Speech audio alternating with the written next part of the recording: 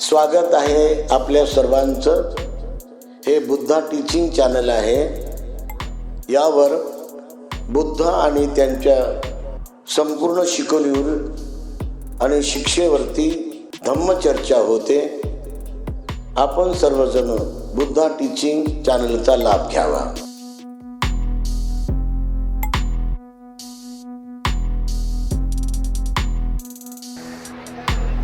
विश्ववंदनीय विश्वशांतीदूत प्रज्ञाशील समाधीचे उद्गाता महान करुणावान करुणेचा सागर तथागत सम्यक संबुद्ध तथागतांचा पावन पवित्र सद्धम्म त्या सद्धम्माचा सातत्याने प्रचार आणि प्रसार करणारा सदा पूजनीय भिक्खू संघ, बुद्ध धम्म आणि संघ या महान तीन रत्नाचे आम्हा सर्वांना माहिती करून देणारे, आम्हा सर्वांचा आधारस्तंभ भारतीय घटनेचे शिल्पकार बोधिसत्व गुणवेतन डॉक्टर बाबासाहेब आंबेडकर यांच्या धम्मक्रांतीमध्ये संपूर्ण जीवन समर्पित करतो। आज या मंगलमय प्रसंगी 36व्या अखिल भारतीय बौद्ध धम्म परिषदेच्या निमित्ताने उपस्थित सदा पूजनीय भिक्खू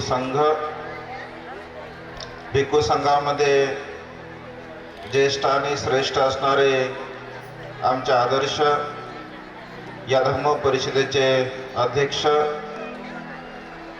पूजनीय भदंत धम्मसेवकजी महास्तवीर, पूजनीय भदंत डॉक्टर खेमधम्मोजी महास्तवीर, श्रीलंकेहून आलेले पूजनीय भदंत अतुलरत्नीय थेरो, पूजनीय भदंत प्राध्यापक डॉक्टर एम सत्यपालजी स्थवीर,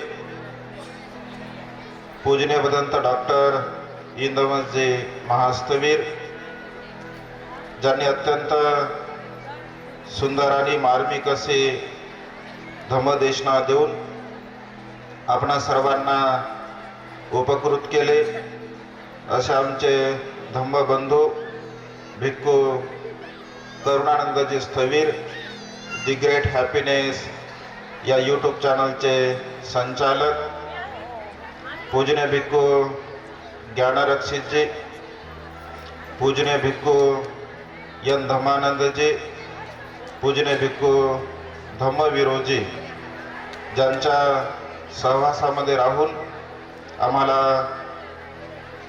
धम्मज्ञान ग्रहण करता आले, असे पूजनीय भिक्खू दयानंदजी महास्तवीर आदी संपूर्ण सदा पूजनीय भिक्खू संघाला त्रिवार याचना करतो, वंदन करतो। आपणा सर्वांच्या प्रती अनंत अनंत मंगल कामना मैत्री भावना या ठिकाणी व्यक्त करतो। विशेष रूपाने हा अत्यंत अनमोल असा धम्म सोहळा गेल्या 36 वर्षापासून आपणा सर्वांसाठी धम्म अमृत प्राशन करण्यासाठी ही सुवर्ण संधी ज्यांच्या प्रयत्नातून आपणा सर्वांना निर्माण झाली, असे आदरणीय उपासक डॉक्टर SP गायकवाड सर यांच्या प्रती व संपूर्ण संयोजन समितीच्या प्रती अनंत अनंत मंगल कामना मैत्री भावना या ठिकाणी व्यक्त करतो। धम्मदेशना देण्यापूर्वी आमचे पूजनीय भदंत डॉक्टर एम सत्यपालजी स्थवीर यांनी बुद्ध संदेश जे मासिक काढलेला आहे, त्यामध्ये आणि आपल्या या परिषदेच्या समर्थिकेमध्ये सुद्धा छोटे छोटे काव्य करण्याची एक आवड आहे आणि आपला हा संपूर्ण हा धम्म उत्सव आहे. या कार्याच्या संदर्भामध्ये एक छोटंसं मी काव्य केलेलं आहे. तर ते काव्य सुरुवातीला आपणा सर्वांना वाचून दाखवतो, त्यानंतर धम्मदेशनेला प्रारंभ करतो. धम्मभूमी दाभड. खरोखरच 36 वर्षापासून धम्माचं अमृत या धम्मभूमीमध्ये आपल्याला श्रवण करण्यासाठी मिळत आहे आणि त्याचंच एक छोटंसं वर्णन या छोट्याशा कवितेमध्ये केलेलं आहे. गोदावरीच्या नदी तीरी धम्माचे अंकुर फुलले. गोदावरीच्या नदी तीरी धम्माचे अंकुर फुलले. भिक्खू धम्मसेवकांच्या बलाने महाविहार निर्माण झाले. भिक्खू धम्मसेवकांच्या बलाने महाविहार निर्माण झाले. आनंद कौशल्यांबंधूंनी या भूमीला पावन केले. आनंद कौशल्यांबंधूंनी या भूमीला पावन केले. गोयंका गुरुजींच्या मैत्रीने दाभड भूमीचे नंदनवन झाले. गोयंका गुरुजींच्या मैत्रीने दाभड भूमीचे नंदनवन झाले. ज्ञानी विद्वान भिक्खूंचा संघ या भूमीत जन्मास आला. ज्ञानी विद्वान भिक्खूंचा संघ या भूमीत जन्मास आला. बावरी प्रज्ञावान ब्राह्मण भगवान बुद्धास शरण गेला. बावरी प्रज्ञावान ब्राह्मण भगवान बुद्धास शरण गेला. अखंड धम्माचा प्रवाह, अखंड धम्माचा प्रवाह सतत प्रवाहित होत आहे. धम्माच्या धम्मज्ञानाच्या अमृताने धम्म बांधव मुक्त होत आहे. धम्मज्ञानाच्या अमृताने धम्म बांधव मुक्त होत आहे. SP गायकवाड बंधू सच्चा भीम सैनिक ठरला. SP गायकवाड बंधू सच्चा भीम सैनिक ठरला. बाबांच्या धम्मरथाचा खरा सारथी तो बनला. बाबांच्या धम्मरथाचा खरा सारथी तो बनला.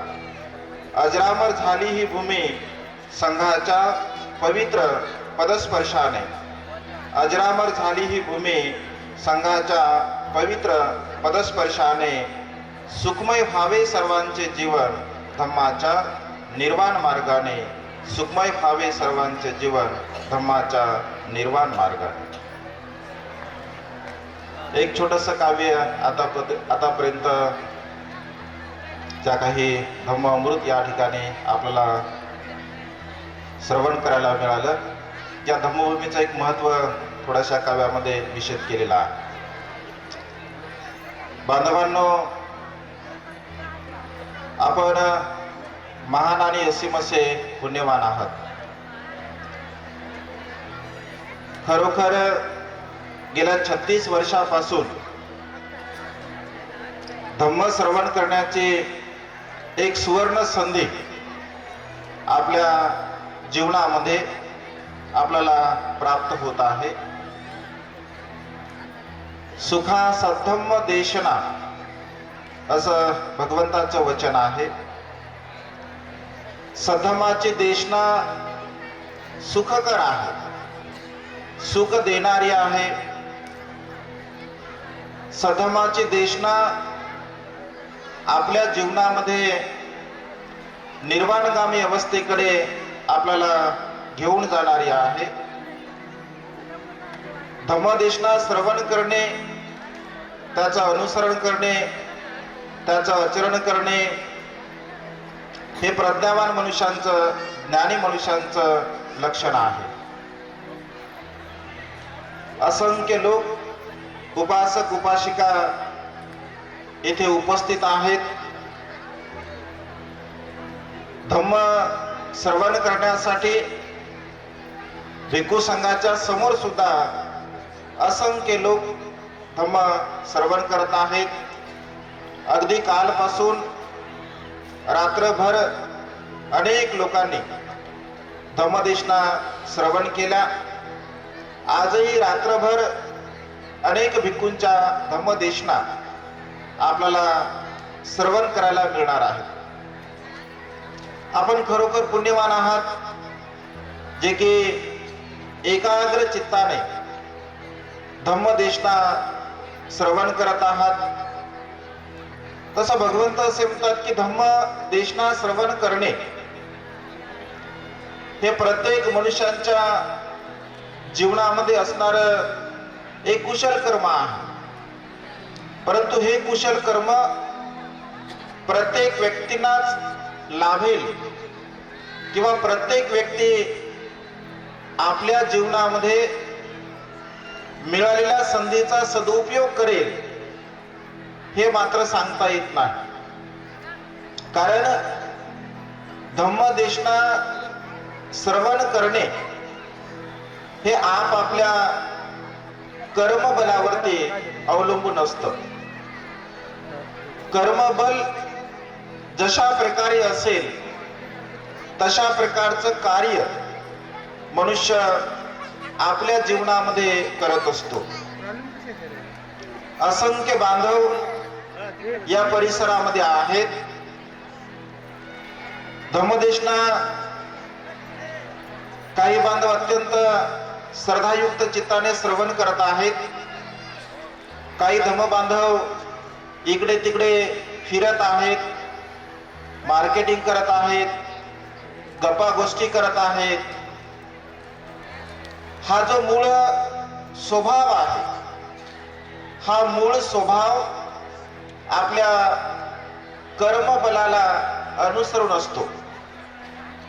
जे जशा प्रकारचं कर्मबल असेल तशा प्रकारे मनुष्य आपल्या स्वभावाला अनुसरून जीवन जगत असतो. पूजनीय भिक्खू करुणानंदजी स्थविर यांनी थोडक्यामध्ये तो संदर्भ सांगितला. एक वेळचा प्रसंग आहे बघा. भगवंत धम्मदेशना देत असताना 5 तरुण 5 युवक भगवंताची धम्मदेशना श्रवण करण्यासाठी येत असतात. जसं आपण सर्वजण धम्मदेशना श्रवण करण्यासाठी आलात, पण सर्वच लोक धम्मदेशना श्रवण करत नाहीत. घरून आपला उद्देश जरी धम्मदेशना श्रवण करण्याचा असेल, इथे आल्यानंतर अनेक लोकांची मानसिकता बदलू शकते. किंवा घरी विचार करत असताना, चिंतन करत असताना अनेक लोकांना असं वाटत असेल की आपण दाभड या भूमीला जावं, भिक्खू संघाचं दर्शन घ्यावं, किंवा अन्य प्रकारे आपल्या मनामध्ये असणार जे संकल्प आहे, विकल्प आहे, ते पूर्णत्वास न्यावे. आणि इथे आल्यानंतर तेही धम्मदेशना श्रवण करतात. प्रत्येक मनुष्य आपल्या संकल्पाला अनुसरून, आपल्या विचाराला अनुसरून कार्य करेलच हे मात्र आपण सांगू शकत नाही. ज्यांचा संकल्प दृढ आहे, ज्यांचा संकल्प मजबूत आहे, ज्यांचा संकल्प अत्यंत चांगल्या प्रकारचा आहे, तो मनुष्य मात्र निश्चितपणे हे कार्य करू शकतो. कारण मनुष्याचं जे मन आहे, मनुष्याचं जे चित्त आहे, ते अत्यंत चंचल आहे, अत्यंत दुर्दम्य आहे, अत्यंत कठीण आहे. मनुष्याच्या चित्ताच्या संदर्भामध्ये भगवंत असे म्हणतात, फदनं चपलं चित्तं दुरक्ष दुर्निवार्यं उजुं करोति मेधावी उसुकारो ते जनम. मन हे अत्यंत चंचल आहे, अत्यंत दुर्दम्य आहे, अत्यंत कठीण आहे. या कठीण मनाला एका गोष्टीवरती केंद्रित करणे अत्यंत कठीण अशी गोष्ट आहे. आणि त्यामुळे आपला जो स्वभाव आहे, आपल्या चित्ताची जी मानसिकता आहे, ती मानसिकता सदा सर्व काळ सारख्याच स्वरूपाने निर्माण करणे किंवा सारख्याच स्वरूपामध्ये ठेवणे हे मात्र अत्यंत कठीण गोष्ट आहे. 5 मित्र भगवंताची धम्मदेशना श्रवण करण्यासाठी भगवंताच्या समोर बसलेले असतात. घरून येताना भगवंताची देशना आपण श्रवण करावी असं त्यांना वाटतं, परंतु बसल्यानंतर मात्र काही वेळानंतर प्रत्येक मनुष्य ते 5ही मित्रांपैकी वेगवेगळे कार्य करत असतात. असं म्हटलं आहे, साहित्यामध्ये असा उल्लेख आहे, एक जो तरुण असतो बसल्या जागी जमीन अशी बोटाने खंदत असतो. जमीन आपण बसता बसता अनेक लोक वेगवेगळे कार्य करतात. शरीराने जरी तुम्ही इथे बसलात तर सर्वच लोक मनाने इथे असतील असं आपण सांगू शकत नाही. बरेच लोक इथे शरीराने बसले, अनेक लोक बसल्या ठिकाणी सुद्धा गप्पा करत आहेत, बसल्या ठिकाणी सुद्धा गोष्टी करत आहेत, चर्चा करत आहेत. म्हणजे मनुष्याचा जो मूळ स्वभाव आहे, तो मूळ स्वभाव मनुष्याचा मात्र भिन्न असतो. कारण अनेक लोकांना समजतच नाही की नेमकं आपण इथे आलो कशासाठी, आपण इथे बसलो कशासाठी, आपला येण्याचा उद्देश काय आहे, आपला बसण्याचा उद्देश काय आहे, हे बहुतांश लोकांना कळत नाही. परंतु ज्या लोकांना आपल्या येण्याचा उद्देश कळतो, आपलं ध्येय कळतं, ते मात्र एकाग्र चित्ताने भगवंताच्या देशनेला श्रवण करतात. कारण वेळ अनमोल आहे, वेळ कोणासाठी थांबत नाही, वेळ शीघ्र गतीने पुढे जात असतो, वेळ कोणासाठी सुद्धा थांबत नाही. प्रज्ञावान मनुष्य, बुद्धिवान मनुष्य, ज्ञानी मनुष्य आपल्या जीवनामध्ये उत्पन्न होणाऱ्या वेळेचा यथायोग्यपणे सदुपयोग करत असतो. आणि तो सदुपयोग करत असल्यामुळे त्याच्या जीवनामध्ये त्याला जे हवं असेल तर ते तो प्राप्त करत असतो. हा तरुण धम्मदेशना श्रवण करण्यासाठी आला, परंतु खाली जमीन आपल्या बोटाने खंदत आहे. भगवंताच्या देशनेकडे त्याचं लक्ष नाही. असं म्हटलं आहे, दुसरा एक तरुण जेव्हा भगवंत देशना करत होते तर देशना देत असताना तो आकाशाकडे बघत होता. आकाशाकडे बघत आहे, कधी इकडे बघत आहे, कधी तिकडे बघत आहे. अनेक लोक बघतात इकडे तिकडे. मनुष्यांचं कारण चित्त हे चंचल आहे, तो इकडे तिकडे बघत आहे. तिसऱ्या प्रकारचा जो तरुण असतो, तो तरुण मात्र इकडे तिकडे फिरत आहे. या किनाऱ्यावरून त्या किनाऱ्यावरती, म्हणजे जो काही परिसर आहे त्या परिसरामध्ये इकडे तिकडे तो फिरत आहे, भटकत आहे. जो चौथा तरुण आहे, जो चौथा तरुण जिथे बसला त्याच अवस्थेमध्ये तो झोपी गेला आहे. आणि अक्षरशः एवढा तो झोपी गेलेला आहे की बसल्या जागी तो घोरत आहे. अनेक लोक बसल्या जागी घोरतात बघा. झोपेमध्ये तर अनेक लोक घोरतात, परंतु बसल्या जागी सुद्धा अनेक लोक घोरतात. त्यांना माहीतही नसतं की आपण नेमकं कुठं बसलेले आहोत. आणि तो त्या सभेमध्ये बसला, तो बसल्या जागी झोपलेला आहे. एक तरुण मात्र अत्यंत एकाग्र चित्ताने भगवंताची देशना श्रवण करत आहे. बघा, 5 तरुण आहेत आणि 5ही तरुणांचा व्यवहार, 5ही तरुणांचं कार्य मात्र भिन्न भिन्न आहे, वेगवेगळ्या प्रकारचा आहे. उद्देश कोणता होता? भगवंताची आपल्याला देशना श्रवण करायची आहे. भगवंताचा उद्देश आपल्याला श्रवण करायचा आहे, अशा प्रकारचा विचार करून ते आले. परंतु इथे आल्यानंतर मात्र भगवंताची देशना सर्वच काही श्रवण करत नाही, वेगवेगळ्या प्रकारचं कार्य करत आहेत. आणि जेव्हा आनंदाच्या लक्षामध्ये ही गोष्ट येते तेव्हा आनंद भगवंताला म्हणतो की भगवान किती आश्चर्य आहे, किती अद्भुत आहे भगवान, आपल्यासारखे सम्यक संबुद्ध जगाचे कल्याण करते भगवान धम्मदेशना देत आहेत. परंतु भगवान लोक वेगवेगळ्या प्रकारचं कार्य करत आहेत, हे तरुण सुद्धा वेगवेगळ्या प्रकारचं कार्य करत आहेत. तेव्हा भगवंत आनंदाला समजावून सांगताना म्हणतात की आनंद हा त्यांचा दोष नाही आहे, त्यांच्या स्वभावाला अनुसरून त्यांच्या कर्माला अनुसरून तशा प्रकारचं ते कार्य करत आहे. आणि भगवंत त्यांच्या पूर्वजन्माचं कर्म सांगतात.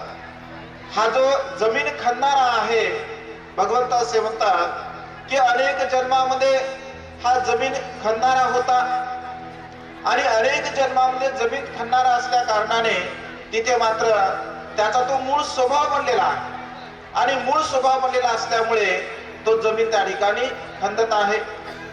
जो वर आकाशाकडे बघत आहे, अनेक जन्मामध्ये तो ज्योतिषी होता आणि ज्योतिषी असल्यामुळे तारे चंद्र सूर्य हे जे काही चांदणे आहे तर त्याला तो बघण्याचा त्याचा मूळ स्वभाव आहे आणि त्या मूळ स्वभावाला अनुसरून तो तशा प्रकारचं कृत्य करत आहे. तिसऱ्या प्रकारचा जो मनुष्य आहे जो इकडे तिकडे भटकत आहे, भगवंत असे म्हणतात की हा अनेक जन्मामध्ये माकड योनीमध्ये होता. माकड योनीमध्ये असल्या कारणाने माकड ज्याप्रमाणे एका फांदीवरती बसत नाही, एका फांदीवरती राहत नाही आणि सतत इकडे तिकडे ते धावत असतं, अगदी तो मनुष्य सुद्धा इकडे तिकडे फिरत आहे. अनेक जन्मामध्ये हा माकड योनीमध्ये होता. चौथ्या प्रकारचा मनुष्य सांगताना भगवंत असे म्हणतात की हा अनेक जन्मामध्ये साप योनीमध्ये होता आणि साप योनीमध्ये असल्या कारणाने सापाचे प्रकार आहेत, अनेक प्रकार आहेत. परड नावाचा प्रकार आहे तर तो केवळ झोपेमध्ये राहतो, पडलेला असतो. अगदी तशा प्रकारे हा सुद्धा त्या योनीमध्ये असल्या कारणाने अशा प्रकारचं कृत्य करत होता. परंतु जो एक भला माणूस होता, जो अत्यंत एकाग्र चित्ताने धम्मदेशना श्रवण करत होता, जो प्रज्ञावान होता, बुद्धिमान होता, भगवंत असे म्हणतात अनेक जन्मामध्ये हा ब्राह्मण कुळामध्ये जन्मास आलेला आहे. अनेक जन्मामध्ये हा प्रज्ञावान म्हणून जन्मास आलेला आहे. ब्राह्मण म्हणजे केवळ ब्राह्मण ही व्याख्या नाही आहे किंवा ब्राह्मण मनुष्यांच्या मातेच्या पोटी जन्मास आलेला व्यक्ती ब्राह्मण होतो असं नाही आहे. न जच्चा वसलो होते असं भगवंतांनी म्हटलं आहे.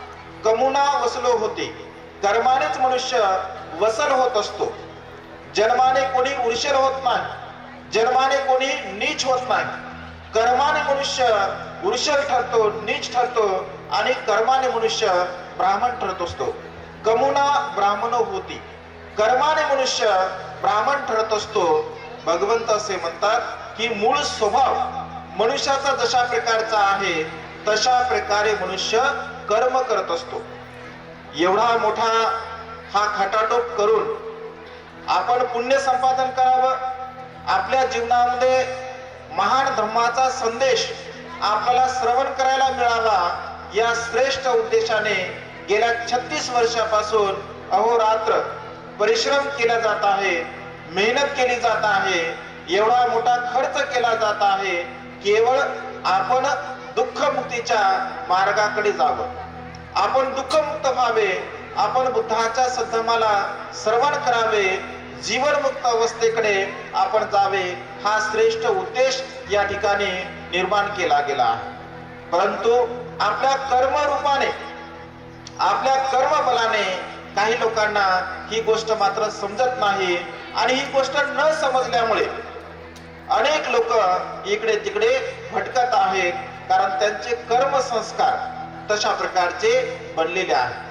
बांधवांनो, आपल्या जीवनामध्ये ही सुवर्ण संधी आहे. आपल्या जीवनामध्ये हा क्षण पुन्हा पुन्हा येणारा नाही आहे आणि त्यामुळे आपले प्रज्ञाचक्षु आपण उघडे करावे आणि प्रज्ञाचक्षु उघडे करून भगवंताच्या अनमोल देशनेला आपण श्रवण केलं पाहिजे. कारण पुन्हा ही संधी आपल्या जीवनामध्ये निर्माण होणार नाही. आज या मंगलमय प्रसंगी आपणा सर्वांसाठी एक छोटासा भगवंताचा उपदेश या ठिकाणी देण्याचा प्रयत्न करत आहे. अनेक प्रसंगी भगवंताने वेगवेगळ्या प्रकारच्या देशना दिलेल्या आहेत. रात्रंदिवस भगवंताच्या देशना श्रावस्तीमध्ये चालत असत. सप्त महोत्सव भगवंताच्या काळामध्ये होत असत. आज घडीला अन्य बांधव सप्ताह करतात. 7 दिवसापर्यंत सप्ताह असतो बघा. ही परंपरा बुद्ध म्हणजे बुद्धिझमची ही परंपरा आहे. बुद्ध तत्वज्ञानातली ही परंपरा आहे. भगवंताच्या काळामध्ये सप्त महोत्सव म्हणून उत्सव केले जात असत. 7 दिवसापर्यंत भगवंताच्या देशना कंटिन्यूपणे भिक्खू संघाच्या देशना श्रावस्तीमध्ये असेल, जेतवन विहार असेल, पूर्वाराम विहार असेल, वेळूवन असेल, अम्रवन असेल, या वनामध्ये भगवंताच्या देशना 7-7 दिवसापर्यंत कंटिन्यू चालत असत. ज्याला सप्त महोत्सव भगवंताच्या काळामध्ये म्हटलं जात असेल. असंख्य देशना आपण श्रवण करतो. भगवंताच्या देशना श्रवण केल्यानंतर आपण ऐकतो की भगवंताने देशना दिली आणि कोणी श्रोतापन्न झाला, कोणी सकृतागामी झाला, कोणी अनागामी झाला, कोणाला श्रोतापन्न फळ प्राप्त झालं, कोणाला अनागामी फळ प्राप्त झालं, कोणाला सकृतागामी फळ प्राप्त झालं. अशा प्रकारे आपण नेहमी श्रवण करत असतो. का आहे श्रोतापन्न, का आहे सकृतागामी, का आहे अनागामी, काय आहे अनंत. कधी कधी आपल्या डोक्यावरून काही गोष्टी जातात, काही गोष्टी आपल्याला समजत नाही. परंतु बुद्धाचा जो मूळ सिद्धांत आहे, बुद्धाच्या मूळ सिद्धांताला आपण श्रवण केलं पाहिजे. बुद्धाच्या मूळ सिद्धांताला आपण समजून घेतलं पाहिजे. बुद्धाच्या मूळ सिद्धांताला जर आपण समजून घेऊन जीवन जगण्याचा जर प्रयत्न केला तर निश्चितपणे आपल्या जीवनाचं कल्याण होत आहे. अनेक लोकांना असं वाटतं की निर्वाण म्हणजे मृत्यू. अनेक लोकांना असं वाटतं की निर्वाण म्हणजे मृत्यू, निर्वाण म्हणजे मृत्यूला प्राप्त होणे. आणि त्यामुळे अज्ञानपणामुळे म्हणा, अनेक लोकांच्या परिवारातील एखादा व्यक्ती जेव्हा मृत्यूला प्राप्त होतो तर त्याच्या नावासमोर लिहिलं जातं. थोडा जर तो धार्मिक काम करणारा असेल किंवा सामाजिक काम करणारा असेल तर त्याच्या नावासमोर लिहितात की निर्वाण असतं, म्हणजे हा निर्वाणगामी अवस्थेला प्राप्त झाला. म्हणजे मृत्यूला प्राप्त झाला की लोकांना असं वाटतं की तो निर्वाण प्राप्त म्हणजे निर्वाण अवस्थेला गेलेला आहे. परंतु निर्वाण म्हणजे मरणे नव्हे. निर्वाण ही जी संकल्पना आहे ही मृत्यूच्या नंतर प्राप्त होणारी संकल्पना नाही आहे. निर्वाण, परिनिर्वाण आणि महापरिनिर्वाण अशा 3 संकल्पना बुद्ध तत्वज्ञानामध्ये आपल्याला पाहायला मिळतात. कधी कधी गोंधळ होतो आपल्या मनाचा. आपल्याला निर्वाण म्हणजे काय समजत नाही, महापरिनिर्वाण म्हणजे काय समजत नाही आणि परिनिर्वाण म्हणजे सुद्धा समजत नाही. आणि त्यामुळे अनेक लोक वेगवेगळ्या प्रकारे त्याला त्याचा अर्थ न समजल्यामुळे गैर अर्थ करतात. बांधवांनो, आपण आपल्या मनामध्ये असणारं जे अज्ञान आहे ते अज्ञान आपण प्रदर्शित नाही केलं पाहिजे. काही गोष्टींच्या संदर्भामध्ये जर आपल्याला ते समजत नसेल तर त्याचं ज्ञान आपण करून घेतलं पाहिजे. एखादी गोष्ट अज्ञातवश आपल्याकडून झालेली आहे परंतु आपल्याला ती समजत आहे, आपण ती जाणतो आहोत, तरी सुद्धा मात्र कधी कधी त्या गोष्टीचा स्वीकार केला जात नाही. परंतु प्रज्ञावान मनुष्यांचं ते लक्षण आहे की आपल्याला एखादी गोष्ट समजली नाही परंतु आता मात्र आपल्याला समजत आहे तर त्या गोष्टीमध्ये परिवर्तन करण्याचा आपण प्रयत्न केला पाहिजे. निर्वाण म्हणजे मरणे नव्हे. निर्वाण, निर म्हणजे नाहीसं करणे आणि वाण म्हणजे तृष्णा. ज्याने सर्व प्रकारच्या तृष्णेला नाहीसं केला आहे, नष्ट केला आहे, ज्याने सर्व प्रकारच्या विकारांना नष्ट केला आहे, ज्याने रागाला नष्ट केलं, द्वेषाला नष्ट केलं, मोहाला नष्ट केलं, सर्व प्रकारचे विकार नष्ट केल्यानंतर जी चित्ताची निर्मळ अवस्था असते, जी चित्ताची शुद्ध अवस्था असते, परिशुद्ध अवस्था असते, त्या परिशुद्ध अवस्थेला निब्बाण, निर्वाण असं म्हणतात. निर्वाण म्हणजे मरणे नव्हे. जिवंतपणे मनुष्याच्या चित्ताची जी परिशुद्ध अवस्था आहे, जे डाग विरहित असं जीवन आहे, ज्याप्रमाणे पांढरा शुभ्र वस्त्र आहे, ज्या वस्त्रावरती कोणत्याही प्रकारचा डाग नाही, अशा प्रकारच्या निर्मळ चित्ताची अवस्था असेल तर तिथे निपान अवस्था जिवंतपणे मनुष्याला प्राप्त होत असते. परिनिर्वाण म्हणजे काय तर एखादा अनंत भिक्षू, एक अनंत जे की दुःखमुक्त आहे, ज्यांनी संपूर्ण तृष्णेवरती विजय मिळवला आहे, अशा प्रकारचा भिक्खू जेव्हा मृत्यूला प्राप्त होतो तर त्यांना तो परिनिर्वाणास प्राप्त झाला असं म्हटलं जातं.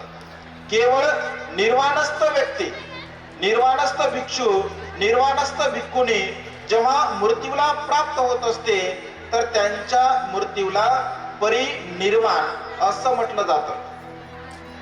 आणि सम्यक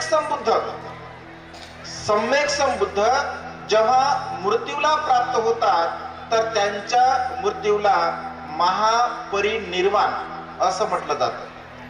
महापरिनिर्वाण सम्यक संबुद्धांच्या व्यतिरिक्त आपण कोणाला सुद्धा शब्द प्रयोग करू शकत नाही, कोणाला सुद्धा लावू शकत नाही तो शब्द.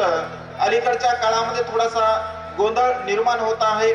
बोधिसत्व डॉक्टर बाबासाहेबांच्या प्रती आपल्या मनामध्ये अनंत श्रद्धा आणि अनंत श्रद्धा असल्या कारणाने आपण बाबासाहेबांच्या मृत्यूला सुद्धा महापरिनिर्वाण असं म्हणत असतो. बांधवांनो, आपण थोडं चिंतन केलं पाहिजे आणि चिंतन करून आपण काही गोष्टींचा शब्द प्रयोग केला पाहिजे. कधी कधी एखादी गोष्ट चालत आलेली आहे, परंपरेनं चालत आलेली आहे. कालाम लोकांना भगवंत उपदेश देतात. कालाम लोकांना उपदेश देताना भगवंत असे म्हणतात की कालामांनो, परंपरागत चालत आलेली एखादी गोष्ट आहे, त्या गोष्टीवर तुम्ही विश्वास ठेवू नका.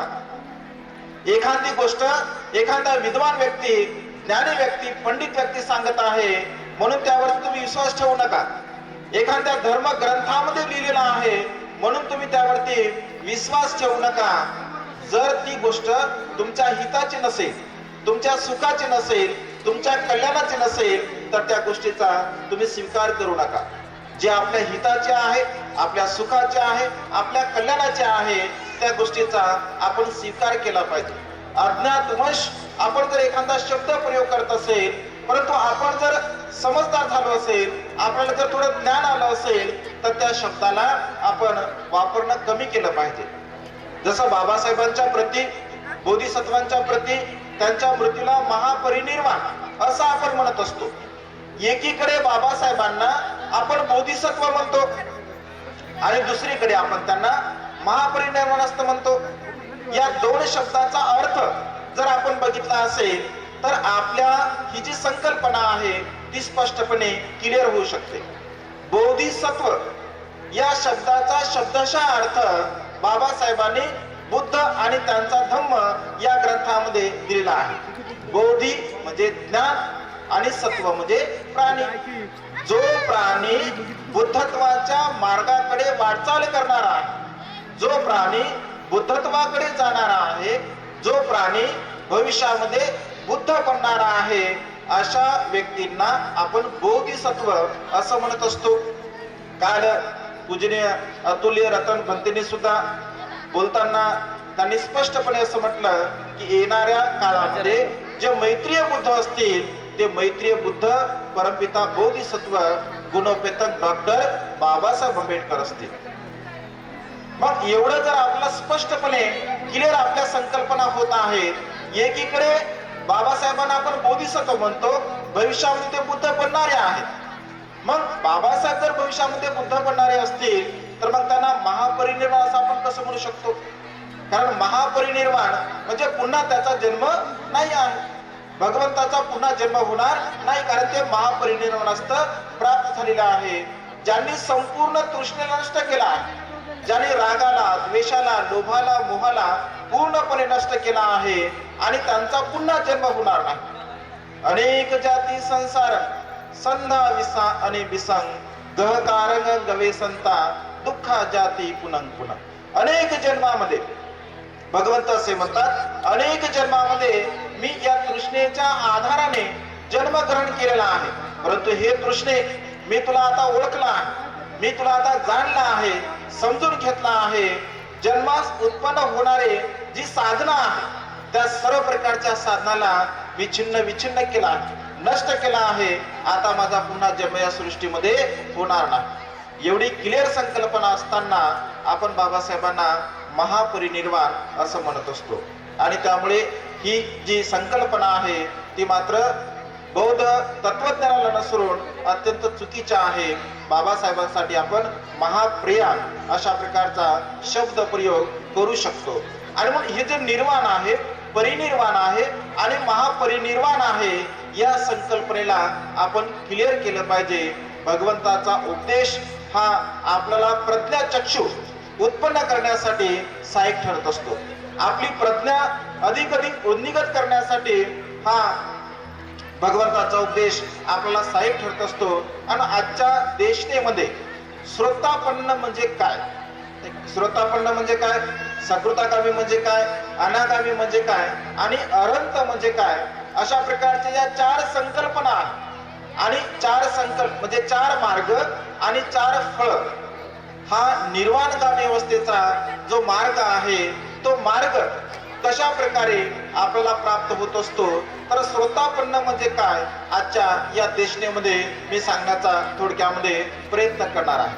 श्रोतापन्न ही पहिली अवस्था आहे. निर्वाणगामी मार्गातील पहिली अवस्था श्रोतापन्न आहे. श्रोतापन्न या मार्गामध्ये जे श्रोतापन्न या अवस्थेमध्ये 3 प्रकारची भवबंधने नष्ट होत असतात, ज्याला 10 प्रकारची संयोजने असं म्हटलं आहे, ज्याला बंधन असं म्हटलं आहे. बंधन 10 प्रकारचे बंधन जर आपल्याला असतील तर आपण कोणत्याही प्रकारच्या अवस्थेमधून दुःखमुक्त होऊ शकत नाही. आणि त्यामुळे बंधनाला पूर्णपणे नष्ट करायचा, बंधनाला पूर्णपणे नाहीस करायचा आहे. जोपर्यंत भवबंधन आपण नष्ट करत नाही, नाहीस करत नाही, तोपर्यंत दुःखमुक्तीच्या अवस्थेकडे आपण जाऊ शकत नाही. अनेक लोकांना ह्या संकल्पना क्लिअर न झाल्यामुळे नेमकं श्रोतापन्न म्हणजे काय, सकृतागामी म्हणजे काय, अनागामी म्हणजे काय, अनंत म्हणजे काय हे मात्र लक्षामध्ये येत नाही. भगवंताची देशना श्रवण करत असताना अनेक ठिकाणी असे प्रसंग आहेत. भगवंताने उपदेश दिला आणि तो भिक्खू श्रोतापन्न झाला, तो भिक्खू सकृतागामी झाला, तो भिक्खू अनागामी झाला, तो अनंत झाला. उपासकांच्या बाबतीमध्ये सुद्धा तो उपासक उपासिका श्रोतापन्न झाली, सकृतागामी झाली, अनागामी झाली, अनंत झाली. अशा प्रकारचे साहित्यामध्ये उल्लेख आपल्याला पाहायला मिळतात. तर श्रोत म्हणजे काय, श्रोतापन्न म्हणजे काय, 3 प्रकारची भवबंधने श्रोतापन्न अवस्थेमध्ये आपल्याला नष्ट करावी लागतात. या 3 प्रकारच्या भवबंधनाला जर आपण नष्ट केलं तर खऱ्या अर्थाने आपल्याला श्रोतापन्न अवस्था प्राप्त होत असते. पहिलं जे बंधन आहे ज्याला सक्काय दिठ्ठी, सक्काय दिठ्ठी असं म्हटलं आहे. त्यानंतर विचिकित्सा आणि शीलवर्त परामर्श. सक्काय दिठ्ठी, विचिकित्सा आणि शीलवर्त परामर्श हे 3 प्रकारची बंधनं जेव्हा मनुष्याचे नष्ट होतात तेव्हा मनुष्य श्रोतापन्न होत असतो. मग सक्काय दिठ्ठी म्हणजे काय, सक्काय दिठ्ठी, सत्काय दिठ्ठी म्हणजे मिथ्या दृष्टी. सत्काय दिठ्ठी म्हणजे काय, मिथ्या दृष्टी. मग सत्काय दिठ्ठी कशा संदर्भामध्ये, मी माझं माझ्यासाठी, आपण नेहमी म्हणत असतो मी माझं माझ्यासाठी, मी असा, हे माझ्यासाठी आहे, ते माझ्यासाठी आहे, मी ज्ञानी आहे, मी पंडित आहे, मी विद्वान आहे, मी बुद्धिवान आहे, माझ्यासारखा कोणीच नाही. अशा प्रकारची संकल्पना आपल्या मनामध्ये निर्माण होत असते. मी मी मी मनुष्य करत असतो. भगवंत असे म्हणतात इथे मी माझं आणि माझ्यासाठी का आहे. आपण तर मरणधर्मी आहोत, प्रत्येक मनुष्य हा मरणधर्मी आहे. मग मी माझं आणि माझ्यासाठी इथे का आहे. भंते नागसेन आणि मिलिंद राजा यांचा संवाद मिलिंद प्रश्न या ग्रंथामध्ये आपण बघतो, त्यांच्या पहिल्या भेटीमध्ये मिलिंद राजा बनते नागसेनला म्हणतात की बनते आपलं शुभ नाव का आहे, आपलं शुभ नाव का आहे. तेव्हा बनते नागसेन म्हणतात की माझं नाव नागसेन आहे, माझं नाव नागसेन आहे. मग मिलिंद राजा म्हणतो की बनते नागसेन म्हणजे काय? डोळे हे आपलं नागसेन आहे का? कान हे नागसेन आहे का? डोक्याचे केस हे नागसेन आहे का?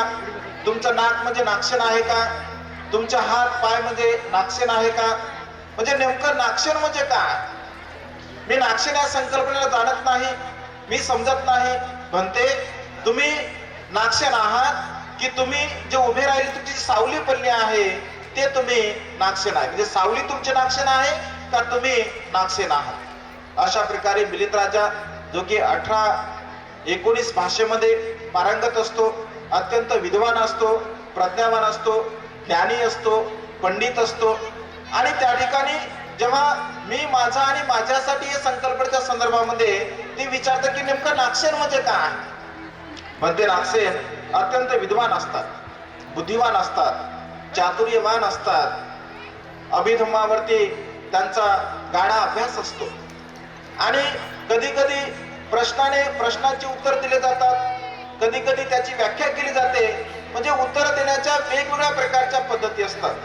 जसं उदाहरण म्हणून मिलिंद राजा म्हणते नागसेन म्हणतात की म्हणते मी आपणास प्रश्न विचारू का? तर ते म्हणतात की विचारा. पुन्हा राजा म्हणते की म्हणते मी आपणास प्रश्न विचारला आहे. म्हणते नागसेन म्हणतात की मी सुद्धा उत्तर दिलेलं आहे. पुन्हा ते म्हणतात की तुम्ही काय उत्तर दिलं? राजा म्हणतात तुम्ही काय प्रश्न विचारला. म्हणजे अशाही पद्धतीने तुम्हाला हे समजलं नाही मी काय म्हटलं, ते काही लोकांना समजलं असेल तर अशा पद्धतीने म्हणजे त्यांची उत्तरं दिले जातात. आणि मग म्हणते नागसेन समजावून सांगताना त्यांना म्हणतात की म्हणते म्हणजे महाराज जसं इतर माता पिता आपल्या मुलाचं नाव सुरसेन, जयसेन वेगवेगळ्या प्रकारची नावं ठेवत असतात, अगदी तशाच प्रकारे माझ्याही मात्या पित्यांनी माझं नागसेन असं नाव ठेवलेलं आहे. परंतु चिरंतन असं या नावामध्ये काहीही नाही आहे. या नावामध्ये मी नाही, माझं नाही ना माझ्यासाठी नाही. कारण मनुष्याचं शरीर हे अनित्य आहे, नश्वर आहे, क्षणभंगुर आहे. पुन्हा राजा म्हणतो की म्हणते रूप, वेदना, संज्ञा, संस्कार, विज्ञान ही 5 उपादान स्कंद म्हणजे नागसेन आहे का? पुन्हा 32 अवयवांचं ते विश्लेषण करतात, ही 32 अवयव म्हणजे नागसेन आहे का? नेमकं नागसेन म्हणजे काय? तुम्ही असं म्हणता की माझं नाव नागसेन आहे, तर नेमकं नागसेन म्हणजे काय? अशा प्रकारे वारंवार त्या ठिकाणी मिलिंद राजा म्हणते नागसेन यांना नेमकं नागसेन म्हणजे काय या संदर्भामध्ये बोलत असतात. तेव्हा म्हणते नागसेन मिलिंद राजाला म्हणतात की महाराज आपण अत्यंत सुकुमार आहात, राजघराण्यामध्ये आपला जन्म झालेला आहे, लहानपणापासून आपण अत्यंत चांगल्या प्रकारच्या वातावरणामध्ये लहानाचे मोठे झालात. सुकुमार असल्या कारणाने आता सध्याची जी वेळ आहे अत्यंत भर दुपारची वेळ आहे, अत्यंत ऊन तापत आहे. महाराज आपण कशा एखाद्या वाहनाने आलात का आपण पायी आलात? तेव्हा राजा म्हणतो की म्हणते मी पायी आलो नाही आहे, तर मी रथात बसून आलो आहे, मी रथात बसून आलो आहे. तेव्हा म्हणते नागसेन म्हणतात की महाराज तुमचा रथ कुठे आहे? हे जू म्हणजे रथ आहे का? हा सांगाडा म्हणजे रथ आहे का? ही चाके म्हणजे रथ आहे का? ही दोरी म्हणजे रथ आहे का? हा चाबूक म्हणजे रथ आहे का? नेमकं रथ म्हणजे काय? महाराज या रथाची नेमकी संकल्पना तुम्हाला काय म्हणायची आहे, म्हणजे संकल्पना काय करायची आहे, नेमका रथ कुणाला म्हणायचा आहे? तेव्हा 500 जे काही त्यांचे येवन असतात, म्हणते नागसेनच्या सोबत 80,000 भिक्षू असतात. ते टाळ्यांचा गजर करतात, साधुवाद देतात आणि म्हणतात की महाराज या कोड्यातून आपण सुटण्याचा प्रयत्न करावा. तेव्हा राजा म्हणतो की म्हणते जू असेल, चाक असेल, सांगाडा असेल, दोरी असेल, हे सर्व जे काही अवयव आहेत या सर्व अवयवाने मिळून जे निर्माण झालं त्याला रथ असं म्हणतात. तेव्हा बनते नागसे म्हणतात की महाराज रथाचा योग्य अर्थ आपण सांगितला आहे. अगदी तशाच प्रकारे जे 5 उपादान स्कंद आहे, कान आहे, नाक आहे, डोळे आहे, जीभ आहे, त्वचा आहे, 32 जे काही शरीरामध्ये असणारे अवयव आहे, या सर्वांच्या अवयवाने मिळून जे निर्माण झालेलं आहे शरीर त्याला संज्ञा म्हणून ओळखण्यासाठी नागसेन अशा प्रकारे नाव दिल्या गेलेलं आहे. या शरीरामध्ये निरंतर असं काही नाही आहे.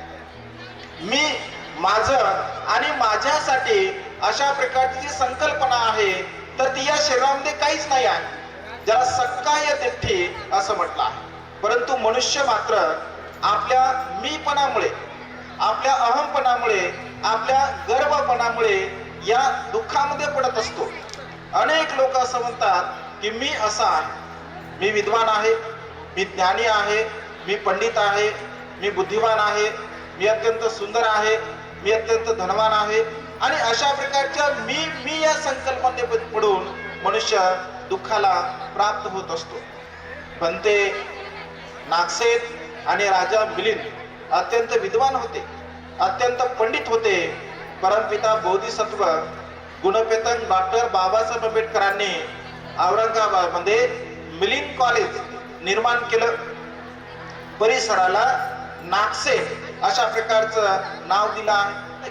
मिलिंद कॉलेज, अनेक लोक आपण तिथे गेले असतात, अनेक लोक आपण तिथे शिकला असतात. म्हणजे बनते नागसेन आणि राजा मिलिंद, म्हणजे बाबासाहेबांनी मिलिंद कॉलेजला मिलिंद राजाचं का नाव दिलं असेल, त्या परिसराला नागसेन वन असं का म्हटलं असेल. अनेक लोकांच्या मनामध्ये, म्हणजे अनेक लोकांना समजत नाही, अनेक लोकांना असं वाटतं की बाबासाहेब म्हणजे मिलिंद राजाला म्हणते नागसेनने हरवलं असेल म्हणून बाबासाहेबांना नाव दिलं.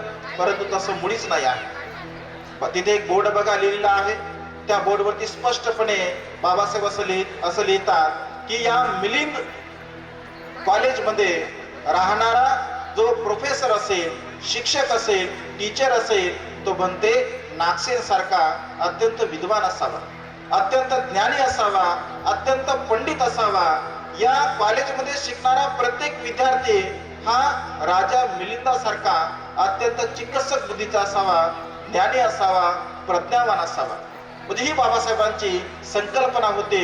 आणि त्यामुळे हे जे मी, माझं आणि माझ्यासाठी असणारी जी भावना आहे, ज्याला सक्काय तिठ्ठी असं म्हटलं आहे, तर या सक्काय तिठ्ठीला जोपर्यंत आपण नष्ट करत नाही, हा फार मोठा विकार आहे. आपल्याला हा जो विकार दिसतो निर्वाणगामी अवस्थेमध्ये, हा फार मोठा अडथळा आहे, फार मोठा विकार आहे. कारण मनुष्य मी, माझं आणि माझ्यासाठी या संकल्पनेमध्ये गुरफटून गेलेला आहे, गुरफटून बसलेला आहे. आणि त्यामुळे नेमकं मनुष्याला काय करायचं आहे, नेमकं कशा प्रकारचं आपण जीवन जगायचं आहे हे मनुष्यांना समजत नाही. अनेक लोकांना आपल्या सौंदर्याचा गर्व असतो, मीपणा असतो, अहमपणा असतो. अनेक मनुष्याला आपल्या धनसंपत्तीचा गर्व असतो. अनेक मनुष्य म्हणजे वेगवेगळ्या प्रकारच्या गर्वाने मनुष्य हा जीवन जगत असतो. हा मी आणि माझ्यासाठी अशी संकल्पना, ही भावना जोपर्यंत आपण आपल्या मनातून काढून टाकत नाही तोपर्यंत आपण सुखाला कधीही प्राप्त होत नाही. आणि त्यामुळे मी, माझं आणि माझ्यासाठी अनेक लोकांना असं वाटतं की माझ्यासारखं कोणीच बोलत नाही. प्रवचन करायला कधी कधी वाटतं किंवा भाषण करायला सुद्धा कधी कधी वाटतं माझ्यासारखं कोणीच बोलत नाही, माझ्यासारखं कोणीच नाही, मीच ज्ञानी, मीच पंडित, मीच विद्वान. तर ही जी एक साधी गोष्ट आहे, आपल्याला वाटणारी जरी साधी गोष्ट असेल, परंतु निर्वाणगामी अवस्थेमध्ये हा फार मोठा अडथळा आहे. भगवंताच्या काळामधलं एक उदाहरण सांगतो तुम्हाला की हा मी आणि माझं हे किती मोठा अडथळा आहे. निर्वाणगामी अवस्थेचा हा किती मोठा अडथळा आहे. एक भिक्षू 500 भिक्षूंना शिकवत असे. भगवंताच्या काळामध्ये 2 परिपाठी चालायच्या, ज्याला एक विपश्यना धूर असं म्हटलं जायचं आणि त्रिपिटक धूर. म्हणजे काही भिक्षू विपश्यना ध्यान साधना करायचे आणि दुःखमुक्तीच्या मार्गाकडे जात असत. काही भिक्षू संपूर्ण त्रिपिटकांचं अध्ययन करत असत, पठण करत असत, चिंतन मनन करत असत. त्याला त्रिपिटक धर असं म्हटलं जायचं. एक विपश्यना धूर आणि त्रिपिटक धूर अशा प्रकारच्या 2 परिपाठी भगवंताच्या काळामध्ये होत्या. आजही वर्तमान काळामध्ये आपण बघतो अनेक भिक्षूंना असं वाटतं आपण साधना करावी, ध्यान मनन चिंतन करावं, आपण दुःखमुक्त व्हावं. अनेक भिक्षूंना असं वाटतं की आपण प्रवचन करावे, सुताचं अध्ययन करावं, सुता आपण पाठ करावे. म्हणजे ही परिपाठी आहे. काही लोकांना असं वाटतं की काही लोक भक्ती लोक केवळ ध्यानच करतात, काही लोकांना असं वाटतं की केवळ हे भाषण करतात. म्हणजे परंतु ही बुद्धांची परिपाठी आहे. या बुद्धांच्या परिपाठीला ही परंपरा आहे. या श्रेष्ठ परंपरेला आपण समजून घेतलं पाहिजे. भगवंताच्या काळामध्ये एक पोटील नावाचे भिक्खू असतात, जे त्रिपिटक धर असतात. बघा, मी, माझं आणि माझ्यासाठी, म्हणजे मी ही संकल्पना किती घातक आहे. निर्वाणगामी अवस्थेमध्ये जाण्यासाठी, निर्वाण अवस्थेकडे पोहोचण्यासाठी हा जो पोटील भिक्खू असतो हा त्रिपिटक धर असतो. 3ही पिटकाचं ज्ञान असते. शुद्ध पिटक, विनय पिटक, अभिधम्म पिटक या संपूर्ण पिटकाचं त्यांना ज्ञान असते. 500 भिक्खूंना ते शिकवत असतात.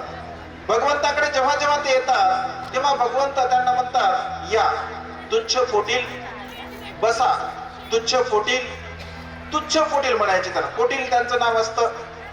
भगवंत त्यांना तुच्छ म्हणतात. तुच्छ पोटील या, तुच्छ पोटील बसा. ते विचार करतात, मी त्रिपिटक धर आहे, 500 भिक्खूंना मी शिकवतो, धम्म शिकवतो, मी एवढा ज्ञानी आहे, मी एवढा विद्वान आहे, लोकांमध्ये माझा एवढा सन्मान आहे, लोक मला धम्म देशना देण्यासाठी वेगवेगळ्या ठिकाणी बोलवतात, मला परिष्कारादी जीवनाचं दान पुण्य करतात आणि मला भगवंत तुच्छ म्हणतात. एवढा मी ज्ञानी असून, मी एवढा विद्वान असून, एवढा पंडित असून भगवंत मला तुच्छ म्हणतात. आणि तो बुद्धिवान असतो, ज्ञानी असतो, साहजिकच आहे. तो चिंतन करतो की भगवंत मला तुच्छ का म्हणतात. आणि त्याच्या लक्षामध्ये येतं, बघा, त्रिपिटक धर असून सुद्धा तो ना श्रोता पण नसतो, ना तो सकृतागामी असतो, ना तो अनागामी असतो, ना तो अरहंत असतो. भगवंताच्या धम्माची जी निर्मळ अवस्था आहे ती निर्मळ अवस्था त्याला कोणत्याही प्रकारची प्राप्त झाली नसते. आपण व्यवहारामध्ये म्हणतो ना, केवळ पोपटपंची आहे. व्यवहारामध्ये म्हणतो की बोलणारा एखादा व्यक्ती असेल आणि त्याचं जर आचरण चांगलं नसेल, आचरण जर शुद्ध करत नसेल, तर आपण म्हणतो हा तर केवळ पोपटपंची आहे, याचं आचरण मात्र शुद्ध नाही आहे.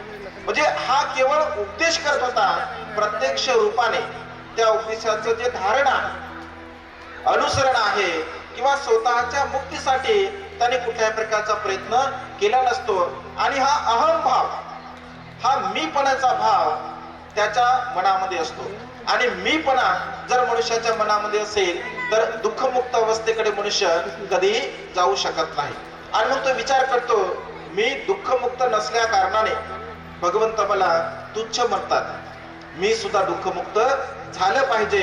आणि एका भिक्खूंकडे तो जातो आणि त्यांना म्हणतो की भंते, माझ्या दुःखमुक्तीचा आधार तुम्ही बनावा. तेव्हा ते भंते म्हणतात की भंते असं कसं म्हणता आपण, आपल्याकडून मी शिकलो आहे. बघा, ज्या भिक्षूंना 500 भिक्खूंना ते शिकवतात ते सर्वच्या सर्व अरहंत असतात. म्हणजे 500 अरहंत भिक्खूंना हे पोटील भिक्षू शिकवत असतात. आणि मग एका अरहंत भिक्खूकडे ते जातात आणि त्यांना म्हणतात की भंते, माझ्या दुःखमुक्तीचं तुम्ही कर्मस्थान बना, आधार स्थान बना.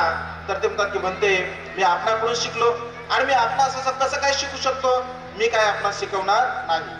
पुन्हा ते दुसऱ्या भंतेकडे जातात, तिसऱ्या भंतेकडे जातात. असं करता करता करता सर्व भिक्खूंकडे ते जातात, परंतु भिक्षू कोणतेही मात्र त्यांना कर्मस्थान देत नाही, त्यांचा आधार बनत नाही. असं म्हटलं आहे. शेवटी 7 वर्षाचे एक श्रमण असतात आणि त्या श्रमणाकडे ते जातात. बघा, त्रिपिटक धर एका श्रमणाकडे जातात आणि त्यांना म्हणतात की भंते, माझ्या दुःखमुक्तीचा तुम्ही आधारस्तंभ बना, आधारस्तंभ बना, आधार बना, मला कर्मस्थान द्या.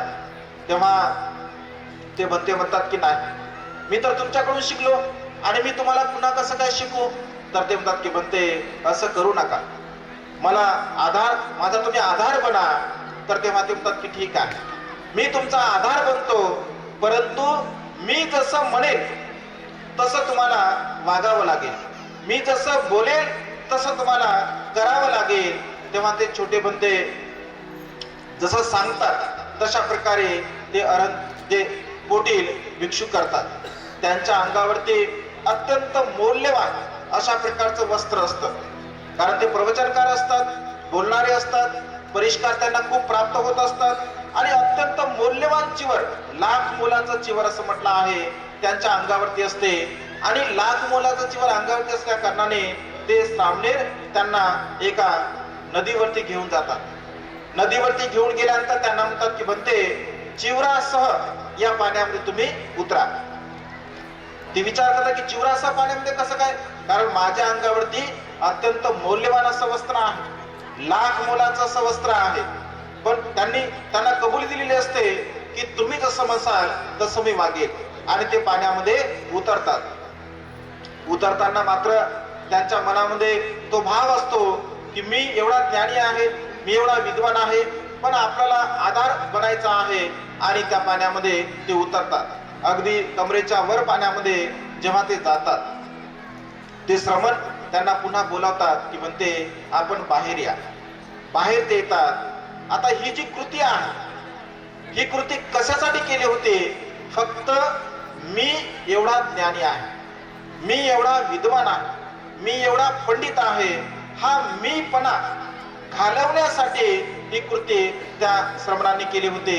आणि मग त्यांचा जो मीपणा आहे, तो मीपणा तिथे गळून पडला. कारण मी एवढा ज्ञानी आहे असा जो भाव होता तो पूर्णपणे नष्ट झाला. पुन्हा ते श्रामणेर त्यांना पुन्हा कर्मस्थान देतात. ऑलरेडी ते विद्वान होते, ज्ञानी होते, पंडित होते आणि ध्यान म्हणून चिंतन करतात आणि दुःखमुक्त अवस्थेला ते प्राप्त होत असतात. अरहंतापैकी एक होतात. ही सकाय दिठ्ठी, मी, माझं आणि माझ्यासाठी, ही आपल्या मनामध्ये असणारा जो सकाय दिठ्ठीचा भाव आहे, तो जोपर्यंत आपण नष्ट करत नाही, नाहीसं करत नाही, तोपर्यंत आपण दुःखमुक्त होऊ शकत नाही. आणि त्यामुळे निर्वाणगामी अवस्थेमधील पहिलं हे भवबंधन आहे, ज्याला संयोजन असं म्हटलं आहे. सकाय दिठ्ठी, ही सकाय दिठ्ठी म्हणजे मिथ्या दृष्टी. या मिथ्या दृष्टीला आपण नष्ट केलं पाहिजे. मी, माझं आणि माझ्यासाठी या संकल्पनेला आपण पूर्णपणे आपल्या मनातून नाहीसं केलं पाहिजे. कारण मी, माझं आणि माझ्यासाठी जोपर्यंत आपण नाहीसं करणार नाही, तोपर्यंत आपण दुःखमुक्त अवस्थेला प्राप्त होऊ शकत नाही. म्हणून निर्वाणगामी अवस्थेमधील हे पहिलं भवबंधन आहे. या भवबंधनाला आपण नष्ट केलं पाहिजे. दुसरं भवबंधन आहे विचिकित्सा. दुसरं भवबंधन आहे विचिकित्सा. विचिकित्सा म्हणजे शंका कुशंका. शंका कुशंका. मग शंका कुशंका कुणाच्या प्रती? बुद्ध, धम्म आणि संघ या तीन रत्नांच्या प्रती जर आपल्या मनामध्ये शंका कुशंका असेल तर आपण कधीही दुःखमुक्त अवस्थेकडे जाऊ शकत नाही. दृढ श्रद्धा आपल्या मनामध्ये असावी. बुद्धांच्या प्रती दृढ श्रद्धा असावी, धम्माच्या प्रती दृढ श्रद्धा असावी, संघाच्या प्रती दृढ श्रद्धा असावी. श्रद्धा कशी असावी? भगवंत असे म्हणतात, श्रद्धा ही इंद्रखिलाप्रमाणे असावी. इंद्रखिल, ज्याप्रमाणे इंद्रखिल एखाद्या ठिकाणी निर्माण केला जातो, पूर्वीच्या काळामध्ये भर चौकामध्ये इंद्रखिल निर्माण केला जायचा. त्याची विशेषता अशी असायची, तो जर 50 फूट वर जमिनीच्या असेल तर जमिनीच्या खाली सुद्धा तो 50 फूट असायचा. किती वादळ आलं असेल, किती हवा आली असेल किंवा किती मोठं नैसर्गिक संकट आलं असेल, तरी सुद्धा तो जो काही इंद्रखिला आहे तो हालत डुलत नसे, त्याच्यावरती कोणत्याही प्रकारचा परिणाम होत नसे. अगदी तशाच प्रकारची श्रद्धा आपल्या मनामध्ये असावी. जसा आपला समोर स्तंभ निर्माण केला गेला आहे, अत्यंत मजबूत आहे. जमिनीमध्ये सुद्धा 16-17 फूट त्याला खाली बनवला गेला आहे. वर जेवढा आहे जमिनीमध्ये आणि 72 फूट वर 162 फूट वर आहे. म्हणजे त्यांची उंची जमिनीवरून 65 फूट वर आहे आणि जमिनीमध्ये सुद्धा 16-17 फूट तो खाली आहे. म्हणजे आता सध्या वर्तमान काळामध्ये जर आपण बघितलं असेल तर एवढा स्तंभ आपला कुठे पाहायला मिळत नाही. एकमेव असा स्तंभ आहे एवढा विशाल निर्माण केला गेला आहे. या विशाल स्तंभाप्रमाणे आपली श्रद्धा असावी, जी कधीही ढळमळीत नाही झाली पाहिजे, कधीही चंचल नाही झाली पाहिजे, कधीही बदलली नाही पाहिजे. कारण बदलणारी जर श्रद्धा असेल, चंचल श्रद्धा असेल तर आपण दुःखमुक्त अवस्थेकडे जाऊ शकत नाही. अनेक लोकांच्या श्रद्धा ह्या चंचल असतात, अनेक लोकांच्या श्रद्धा ह्या बदलणाऱ्या असतात. आपण बघतो अनेक लोक वेगवेगळ्या प्रकारच्या धर्माचं सुद्धा अनुसरण करतात, वेगवेगळे उत्सव सुद्धा साजरे करतात. एक वेळचा प्रसंग आहे बघा, श्रद्धा कशी असावी. बाबासाहेबांच्या श्रद्धेसारखी आपली श्रद्धा असावी. काठमांडूला बाबासाहेब जेव्हा गेले होते तेव्हा दुसऱ्या दिवशी काठमांडूच्या वर्तमानपत्रामध्ये अशी बातमी आली, अशी न्यूज आली की डॉक्टर B.R. आंबेडकर बौद्ध धर्माचा स्वीकार करत आहेत, परंतु बाबासाहेब पशुपतीनाथाच्या मंदिरामध्ये दर्शन घेण्यासाठी गेले. असे एक बातमी वर्तमानपत्रामध्ये आली. जेव्हा पत्रकार लोक बाबासाहेबांकडे येतात आणि बाबासाहेबांना प्रश्न करतात की डॉक्टर B.R. आंबेडकर, आपण आता बौद्ध धर्माचा स्वीकार करत आहात आणि बौद्ध धर्माचा स्वीकार जर आपण करत आहात तर आपण पशुपतीनाथाच्या मंदिरामध्ये दर्शन घेण्यासाठी का गेलात? कारण बाबासाहेबांसोबत सविता कबीर होत्या, बाळू कबीर होते, त्यानंतर 3-4 लोक म्हणजे बाबासाहेबांच्या सोबत होते. आणि जेव्हा ते गेले होते बघण्यासाठी, बाबासाहेबांना जेव्हा असा प्रश्न केला गेला तर असा प्रश्न केल्यानंतर बाबासाहेबांचं काय उत्तर असावं? बाबासाहेब त्यांना काहीच बोलले नाही. बाबासाहेबांनी एका वाक्यामध्ये उत्तर दिलं, नथी मे शरणंगयं बुद्धो मे धम्मो मे संघो मे शरणं वरं एतेन सत्यवज्जेन होतु मे जय मंगलम. बुद्धाशिवाय, धम्माशिवाय आणि संघाशिवाय माझं कोणत्याही प्रकारचं श्रद्धास्थान नाही आहे. बुद्धाशिवाय माझं श्रद्धास्थान नाही आहे, धम्माशिवाय, संघाशिवाय माझं श्रद्धास्थान नाही, असं बाबासाहेब म्हणाले. बाबासाहेबांचे आपण अनुयायी आहोत. बुद्धांच्या प्रती, धम्माच्या प्रती आणि संघाच्या प्रती दृढ श्रद्धा आपल्या मनामध्ये असली पाहिजे. आपली श्रद्धा ही चंचल नसावी, आपली श्रद्धा ही बदलणारी नसावी.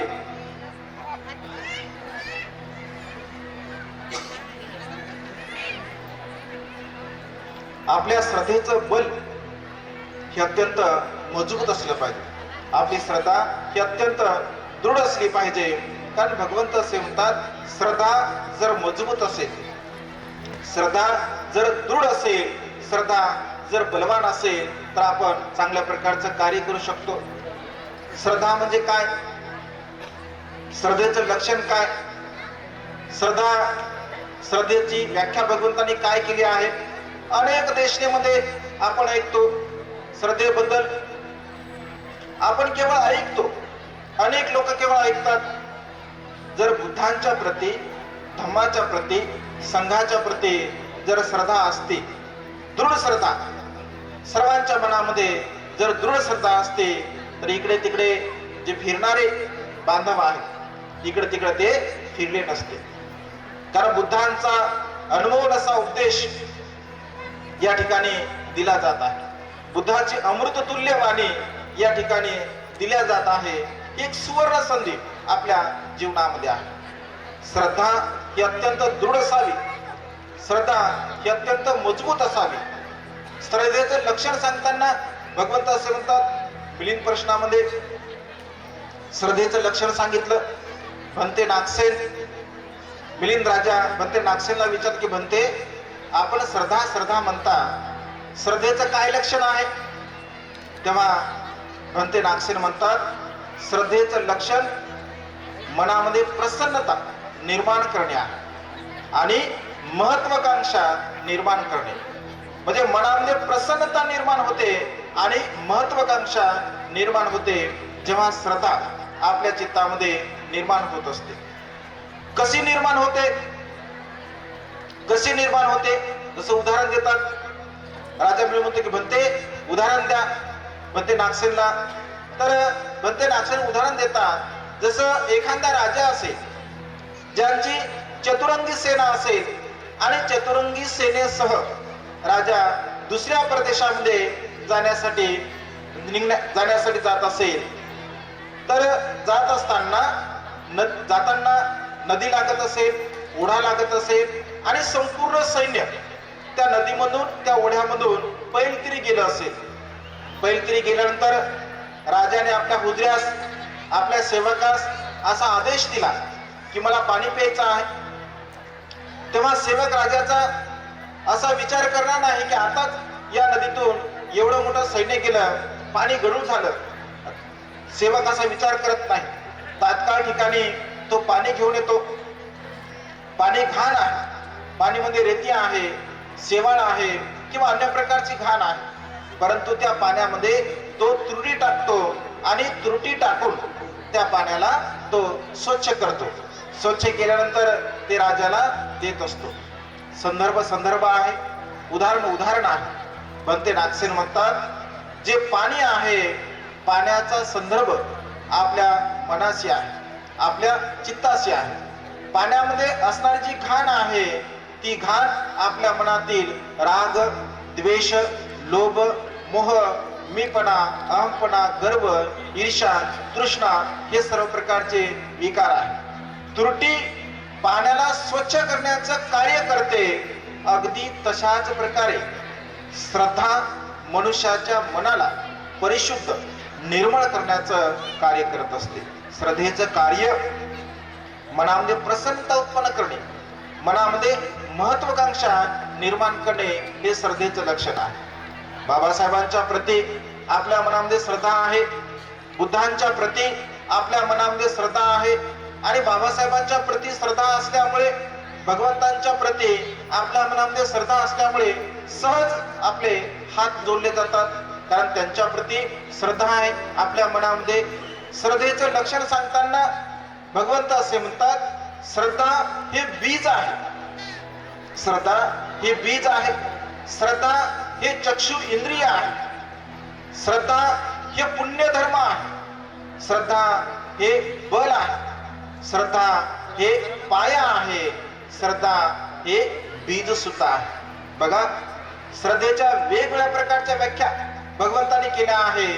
श्रद्धा हा पाया कसा आहे? श्रद्धा हा पाया कसा आहे? सत्ताय तरती ओघम असं भगवंत म्हणतात. श्रद्धेच्या आधाराने हा ओघ जो आहे, कामाचा ओघ, दृष्टीचा ओघ, भवाचा ओघ, अविद्येचा ओघ, या सर्व प्रकारच्या ओघाला श्रद्धेच्या आधारे, श्रद्धेच्या द्वारे आपण पार करू शकतो. ज्याप्रमाणे नदीतून पैलतीरी जाण्यासाठी आपल्याकडे नौका असावी, बोट असावी, अगदी तशाच प्रकारे या संसारिक रूपी भवसागराला पार करण्यासाठी आपल्याकडे श्रद्धारूपी नौका असावी. श्रद्धारूपी नौका जर आपल्याकडे असेल तर या भवबंधनाला आपण पार करून निर्वाणकामी अवस्थेकडे जाऊ शकतो. आणि म्हणून श्रद्धा हा मजबूत पाया आपण निर्माण केला पाहिजे. श्रद्धा हे बोधिसत्वाचं महत्वपूर्ण असं अंग आहे. एक बोधिसत्व बुद्धत्वाची अवस्था प्राप्त करण्यासाठी आपल्या श्रद्धेच्या बलाने 37 बोधिपाक्षीय धम्माचं अनुसरण करतात. 37 बोधिपाक्षीय धम्माला ते जाणतात, त्याचं आचरण करतात, त्याचं अनुसरण करतात. त्यामुळे श्रद्धा अत्यंत महत्वपूर्ण आहे. श्रद्धा जर नसेल तर कोणतंही कार्य आपण करू शकत नाही. श्रद्धा जर नसेल तर आपण निर्वाणकामी अवस्थेकडे जाऊ शकत नाही. त्यामुळे श्रद्धा ही अत्यंत महत्वपूर्ण आहे. श्रद्धेचा पाया हा मजबूत असला पाहिजे.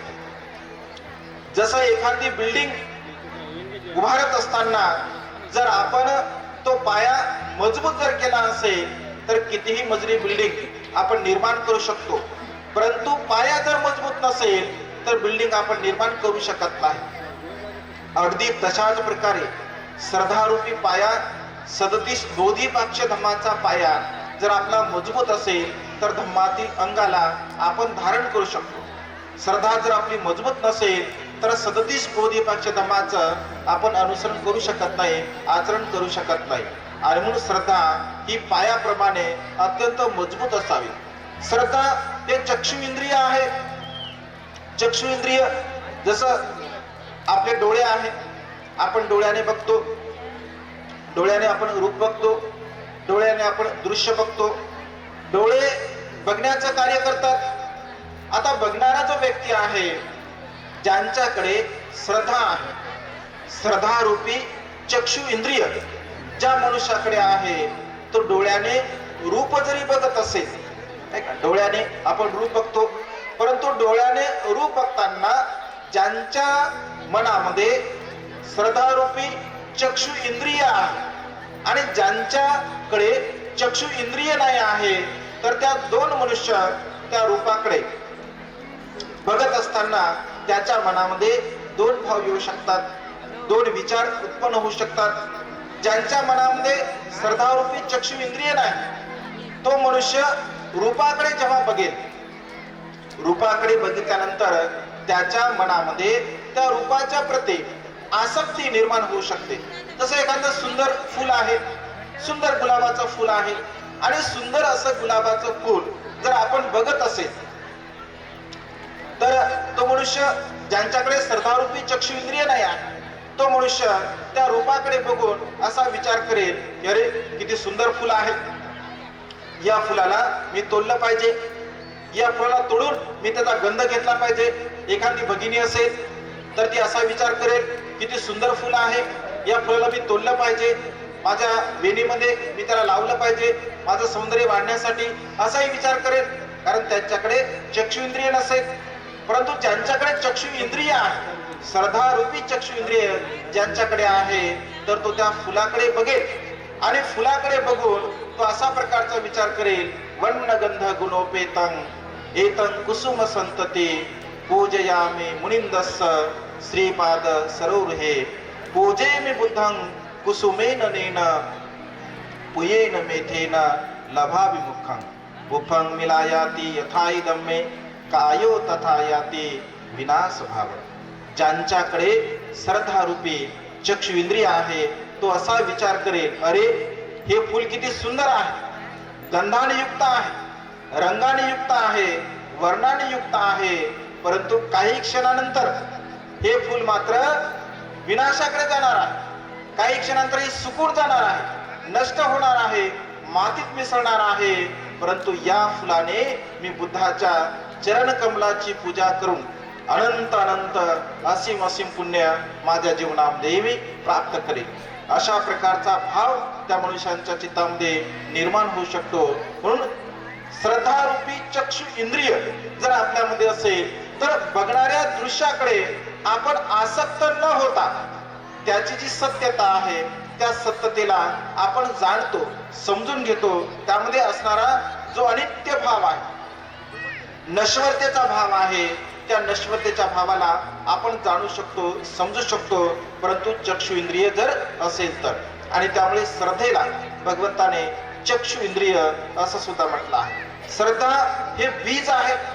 श्रद्धा हे बीज कसं आहे, कशी भारद्वाज ब्राह्मणाला भगवंत उपदेश करताना म्हणतात की श्रद्धा हे माझं बीज आहे. ज्याप्रमाणे एखादा कुशल शेतकरी योग्य प्रकारच्या प्रसंगी योग्य जमिनीमध्ये बी टाकत असतो आणि योग्य प्रकारचं उत्पन्न तिथे काढत असतो, अगदी तशाच प्रकारे श्रद्धारूपी बीज जर आपण आपल्या मनामध्ये निर्माण केलं, श्रद्धेचं बीज आपल्या मनामध्ये निर्माण करून जर धम्माचं आपण अनुसरण केलं तर निर्वाणगामी फळाला आपण चाखू शकतो, निर्वाणगामी फळाला आपण प्राप्त करू शकतो. श्रद्धा या बलाच्या आधाराने, श्रद्धा या बीजाच्या आधाराने आपण तशा प्रकारचं कुशल कर्म, पुण्यकर्म करू शकतो. श्रद्धा हे बल सुद्धा आहे. श्रद्धेला बल भगवंताने म्हटलं आहे, बल शक्ती. जेव्हा सिद्धार्थ गौतम ध्यान साधना करत असतात आणि ध्यान साधना करत असताना त्यांच्या मनामध्ये असा भाव उत्पन्न होतो, मनामध्ये मारसेना उत्पन्न होते. आणि मनामध्ये मारसेना उत्पन्न झाल्यानंतर तिथे असं म्हटलं आहे की मार त्यांना म्हणतो की सिद्धार्थ, तू अत्यंत कृश झाला आहे, तू मरणासन्न अवस्थेला प्राप्त झालेला आहे. काही वेळानंतर तू मृत्यूला प्राप्त होशील.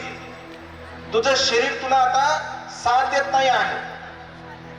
उठ, या संग्रामामधून तू घरी जा. तू जर घरी गेला तर 7 दिवसाच्या आतमध्ये तू चक्रवर्ती राजा बनशील, चक्रवर्ती सम्राट बनशील. तू उठ या जागेवरून, तू मरणार आहे. तुझा या संग्रामामध्ये काही सुद्धा लाभ होणार नाही.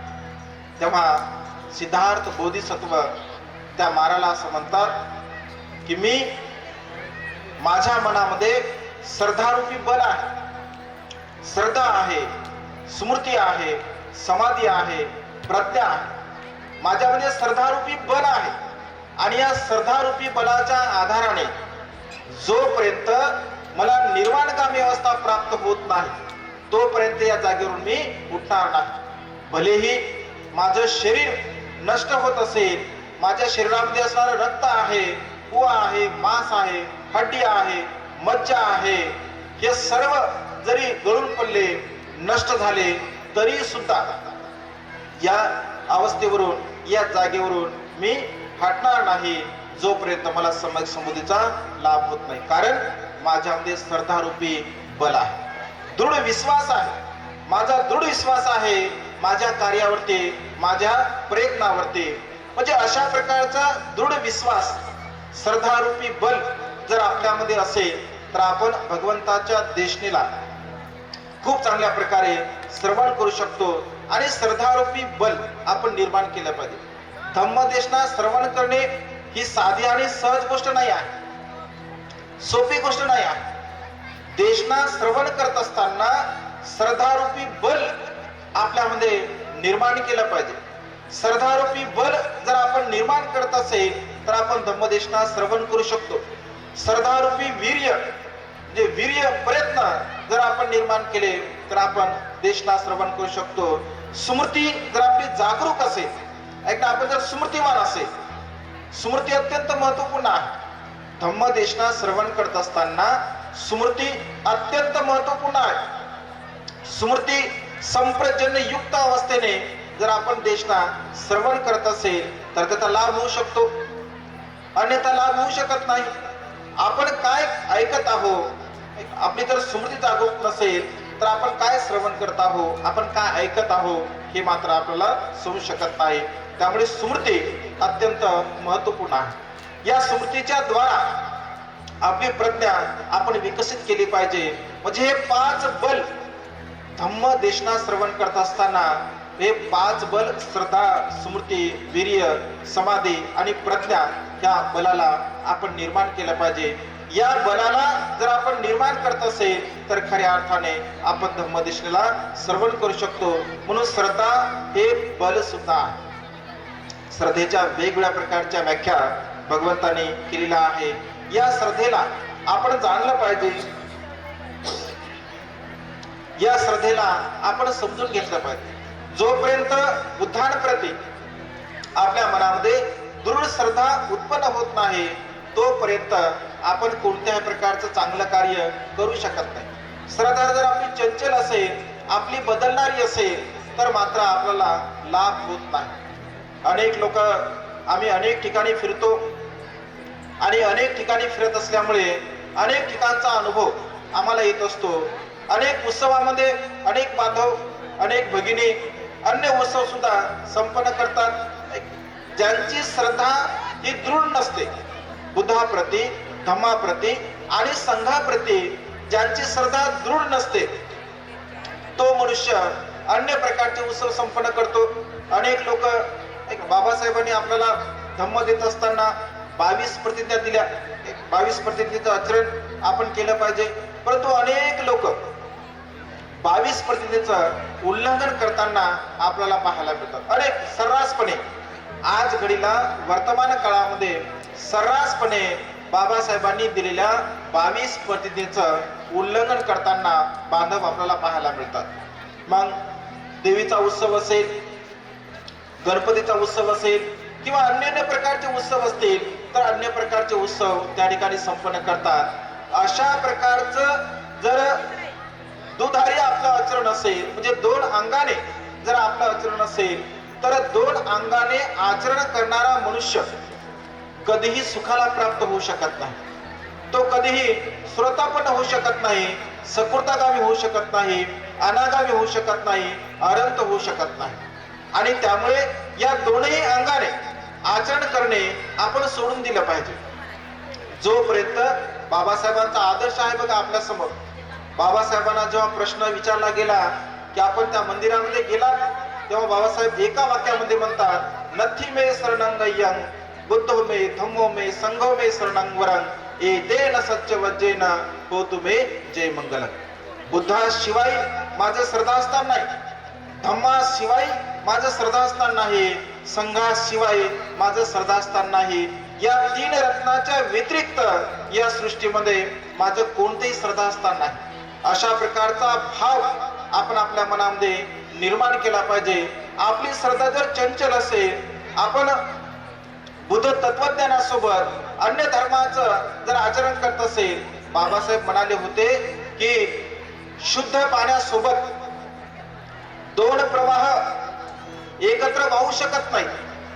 शुद्ध पाण्याचा प्रवाह आणि गढूळ पाण्याचा प्रवाह सोबत राहू शकत नाही. एक हांडाभर जर स्वच्छ पाणी आहे आणि एक कपभर गढूळ पाणी जर आपण त्यामध्ये टाकलं असेल तर एक कपभर गढूळ पाणी हांडाभर स्वच्छ पाण्याला घाण करते.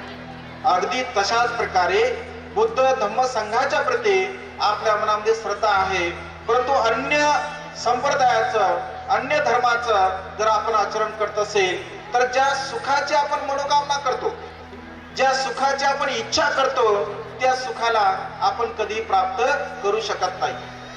अनेक लोक असं म्हणतात की आम्ही खूप चांगल्या प्रकारचं आचरण करतो, आम्ही शिलाचं पालन करतो, पौर्णिमेला, अमावस्येला, अष्टमीला आम्ही उपवास धारण करतो, आम्ही दान पुण्य सुद्धा करतो, आम्ही समाधीचा अभ्यास सुद्धा करतो, ध्यान सुद्धा करतो, आनापान सुद्धा करतो, परंतु आम्हाला जे सुख हवा, आम्हाला जे सुख पाहिजे आहे तर ते सुख का प्राप्त होत नाही. अनेक लोक असा प्रश्न करतात, ते सुख का प्राप्त होत नाही. आपण बघतो की भगवंत जेव्हा उपदेश करत होते, लोक श्रोतापन्न होत होते, सकृतागामी होत होते, अनागामी होत होते, अनंत होत होते. मग बुद्धांचा उपदेश कारण भगवंताचा धम्म हा सदा सर्व काळ समान रूपाने फळ देणारा आहे. चिरं तिठंतु सद्धम्मो असं आपण म्हणतो. सदा सर्व काळ समान रूपाने भगवंताचा फळ देतो. भूतकाळामध्ये सुद्धा, वर्तमान काळामध्ये सुद्धा आणि भविष्य काळामध्ये सुद्धा भगवंताचा धम्म हा सदा सर्व काळ समान रूपाने फळ देणारा आहे. मग आपल्याला ते फळ का प्राप्त होत नाही, याचा अर्थ आपलं कुठेतरी चुकत आहे, आपले कुठेतरी गफलत होत आहे, किंवा आपण जशा प्रकारचं आचरण करायला पाहिजे, बुद्धावरती आपला विश्वास नाही, धम्मावरती आपला विश्वास नाही, संघावरती आपला विश्वास नाही. या 3 रत्नांच्या प्रती दृढ श्रद्धा आपल्या मनामध्ये जशी असायला पाहिजे तशी नसल्यामुळे आपल्याला सुख प्राप्त होत नाही. एक उदाहरण या प्रसंगी मला आठवलं, मी सांगतो तुम्हाला की आपलं मन कसं आहे, आपलं मन कसं बदलते बघा. म्हणजे प्रसंगाला अनुसरून जोपर्यंत विश्वास म्हणजे श्रद्धा, श्रद्धा म्हणजे विश्वास, जोपर्यंत श्रद्धा दृढपणे आपल्या मनामध्ये उत्पन्न होत नाही तोपर्यंत आपण सुखाला प्राप्त करू शकत नाही. उदाहरण आहे समजून घेण्यासाठी, सिद्धांत समजून घेण्यासाठी उदाहरण अत्यंत महत्वपूर्ण असतात. जसं असं म्हटलं आहे, एक वेळचा प्रसंग आहे बघा. एक भुंगा आकाशामधून जात असतो. 4 प्रकारचे भुंगे भगवंताने सांगितले. भुंगे, भोंगा, भुंगे माहित आहे आपल्या सर्वांना. 4 प्रकारचे भुंगे, मोठे किडे. 4 प्रकारचे भुंगे असतात. एक भुंगा आपल्याला फुलांवरती गुंजाराव करताना दिसतो, एक ना फुलांवरती फिरणारा दिसतो. तो फुलामध्ये राहतो, फुलातील परागकण खातो आणि तिथेच आपल्याला गार्डन मध्ये तो भुंगा दिसत असतो. दुसरा भुंगा जर तुम्ही कधी निरीक्षण केलं, बरेच 99% लोक शेतकरी आहेत, शेतामध्ये राहतात, शेताचे संबंध आहे, त्यामुळे त्यांना माहिती आहे. एक भुंगा लाकडामध्ये असतो बघा, लाकडामध्ये लाकूड पोखरतो, लाकूड खातो, एक लाकडामध्ये राहतो, लाकडाला पूर्णपणे पोखरून टाकतो तो लाकडामध्ये राहू राहू. तो दुसऱ्या प्रकारचा भुंगा असतो. तिसऱ्या प्रकारचा भुंगा शेणामध्ये असतो. शेणामध्ये अनेक दिवस जर शेण एका ठिकाणी पडलेलं असेल, जर त्याला तुम्ही उचलून टाकलं, ओलं शेण असेल, तर त्या शेणामध्ये सुद्धा एक भुंगा असतो बघा. आणि चौथ्या प्रकारचा भुंगा विष्ठेमध्ये असतो, मनुष्याच्या विष्ठेमध्ये, घाणीमध्ये. 4 प्रकारचे भुंगे भगवंताने सांगितले. एक वेळचा प्रसंग आहे, फुलावर राहणारा भुंगा. उदाहरण आहे तत्वज्ञान समजून घेण्यासाठी. फुलावरचा भुंगा आकाशामधून भ्रमण करत असताना जेव्हा तो पाहतो जमिनीवरती, त्याला हे 3 प्रकारचे भुंगे दिसतात. एक लाकडामध्ये दिसतो, एक शेणामध्ये दिसतो, एक विष्ठेमध्ये दिसतो. आणि तो विचार करतो की अरे, माझ्यासारखे दिसणारे समान रूपाने, आणि परंतु यांचं आचरण मात्र वेगवेगळं आहे, भिन्न भिन्न आहे. हे तर माझे बांधव आहेत, यांना मी ज्या सुखाचा अनुभव घेत आहे, ज्या सुखाला मी प्राप्त केला आहे, त्या सुखाचा अनुभव यांनी सुद्धा घेतला पाहिजे. तो त्यांच्याकडे जातो, असं म्हटलं आहे. त्यांना तो एकत्र करतो आणि त्यांना सांगतो, बांधवांनो, तुम्ही माझ्यासारखे दिसता, तुम्ही माझे बांधव आहात, पण तुमचं जे आचरण आहे, तुमचं जे वागणं आहे, तुमचं जे खाणं आहे, ते मात्र अत्यंत भिन्न आहे, अत्यंत हलक्या दर्जाचं आहे, निकृष्ट आहे. बघा, मी फुलावर राहतो, फुलातील परागकण मी खातो, फुलामध्ये मी रात्रभर अत्यंत सुगंधमय वातावरणामध्ये झोपतो, दिवसभर त्या फुलावरती मी गुजाराव करतो, तिथेच फिरतो मी दिवसभर, आणि एवढं सुखपूर्वक असं मी जीवन जगतो. जर तुमची इच्छा असेल, जर तुम्ही माझ्यावर विश्वास ठेवला, माझं जर तुम्ही ऐकलं, तर ज्या सुखाचा मी अनुभव घेत आहे, ते सुख तुम्हाला सुद्धा मिळू शकते.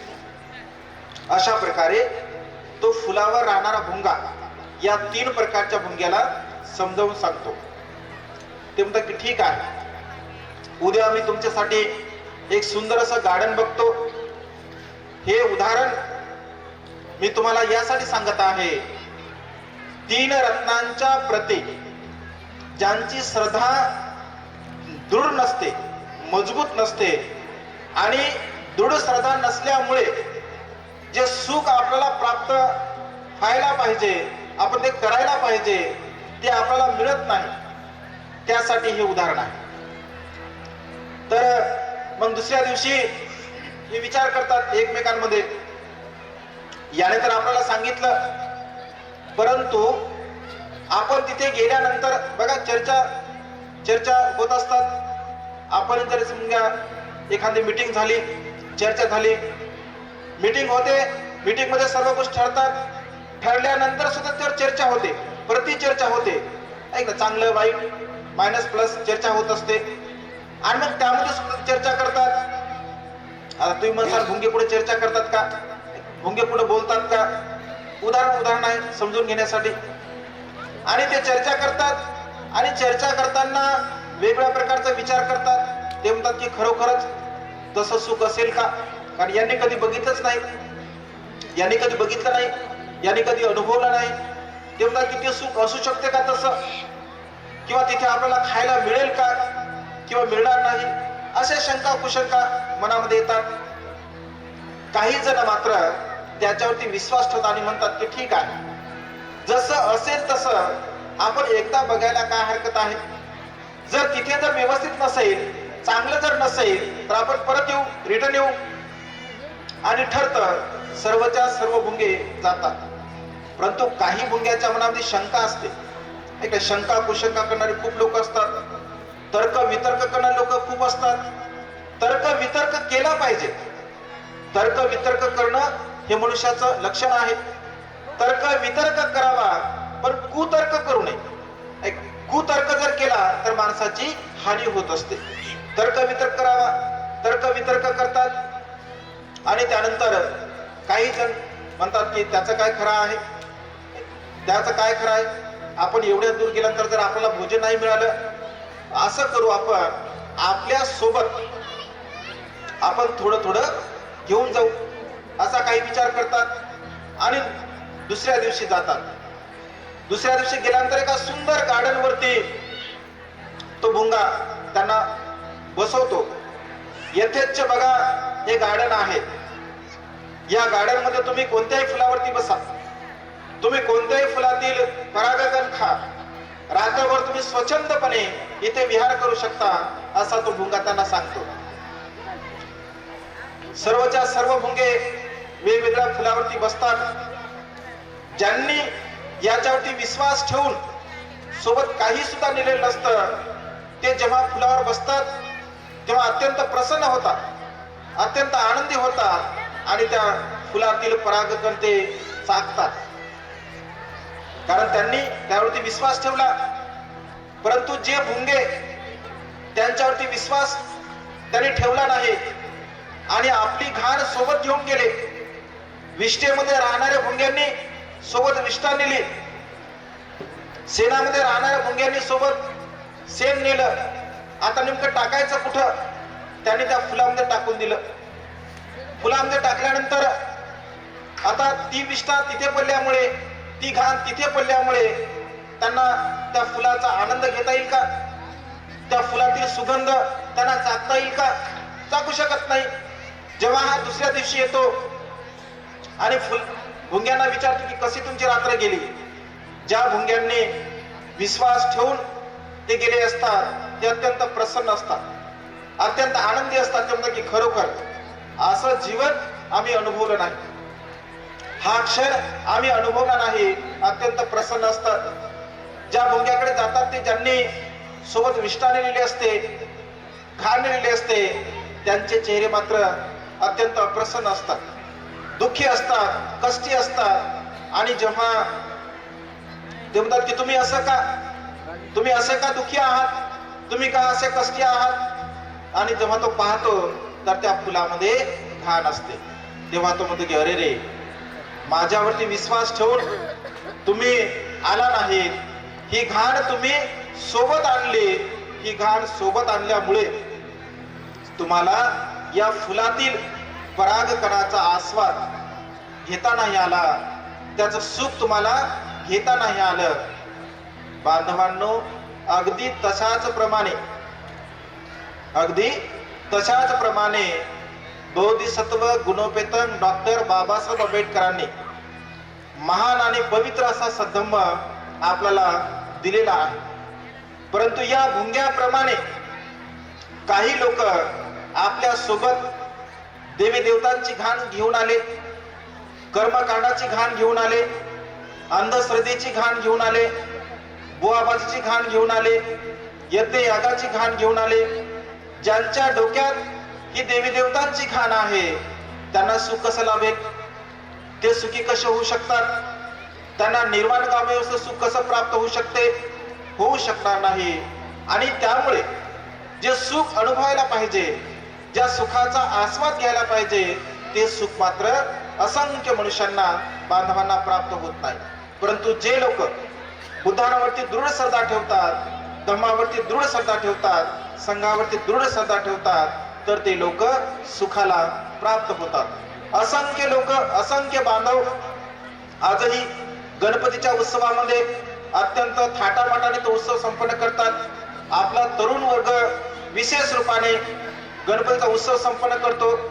देवी देवतांमध्ये अनेक भगिनी दांडिया खेळण्यासाठी, नाचण्यासाठी जातात. म्हणजे वेगवेगळ्या प्रकारचे उत्सव आजही आपण करतो.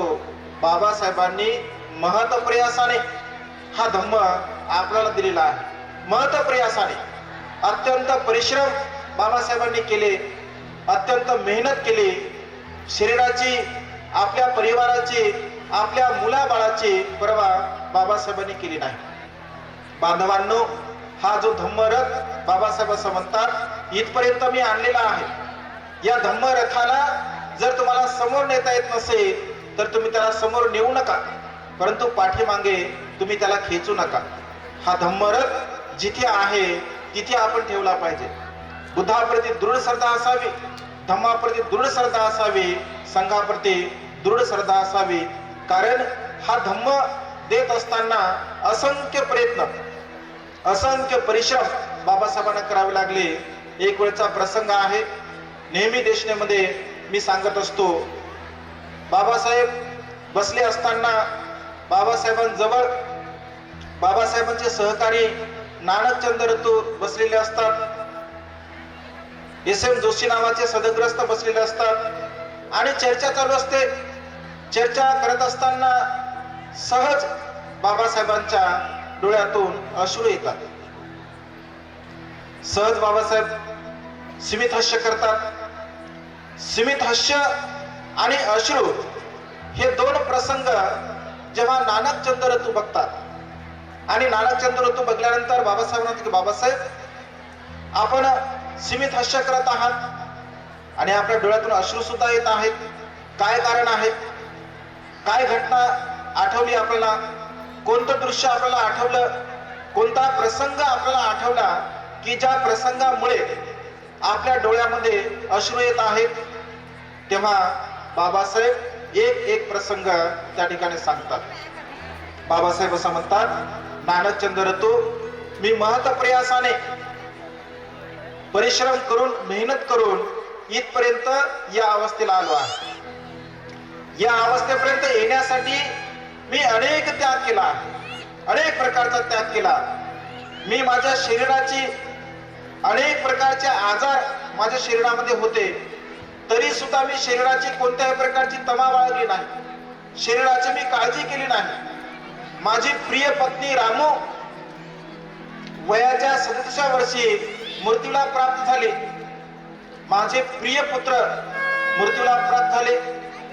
माझी 4 मुलं मृत्यूला प्राप्त झाले.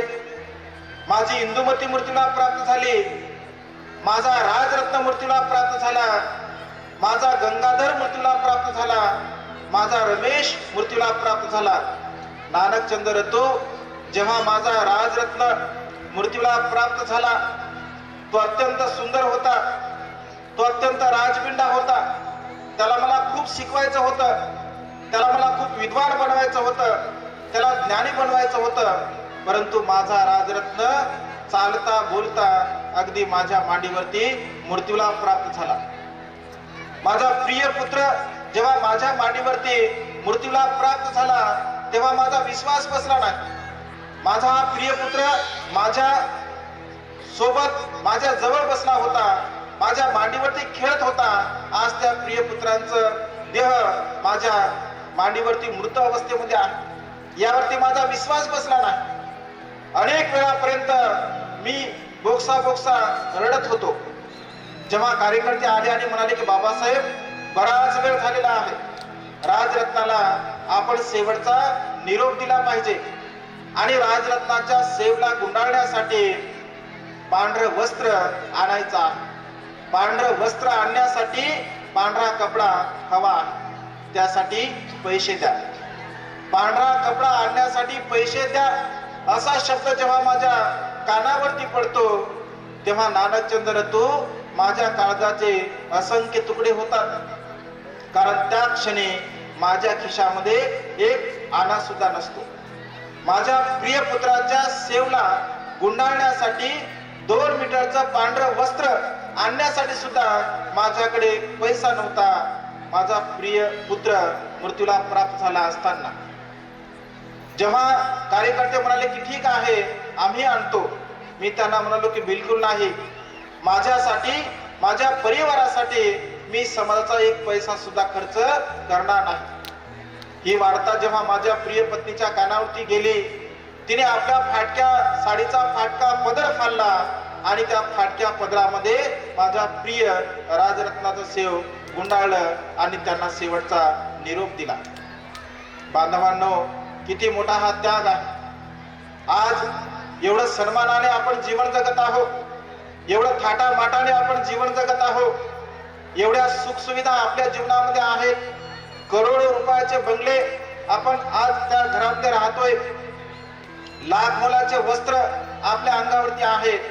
आपल्या बाबाच्या प्रिय पुत्रासाठी 2 मीटरचं वस्त्र सुद्धा त्या प्रसंगी मिळालं नाही. एवढा मोठा त्याग, असीम त्याग बाबासाहेबांचा आहे. त्या त्यागाची, त्या उपकाराची आपण परतफेड कधीच करू शकत नाही. अनेक जन्म जरी लाभले बाबासाहेबांच्या धम्म चळवळीला गतिमान करण्यासाठी, तरी सुद्धा एक तीळ मात्र अंश सुद्धा बाबासाहेबांच्या उपकाराची आपण परतफेड करू शकत नाही. एवढे महान आणि असीम त्याग बाबासाहेबांनी आपल्यासाठी केला. दुसऱ्या दिवशी जेव्हा बाबासाहेब उठतात, तयार होतात आणि टाय बूट कोट घालून निघत असतात, तेव्हा बाबासाहेबांचे बंधू बाळाराम बाबासाहेब म्हणतात, अरे भिवा, कुठे निघाला आहे?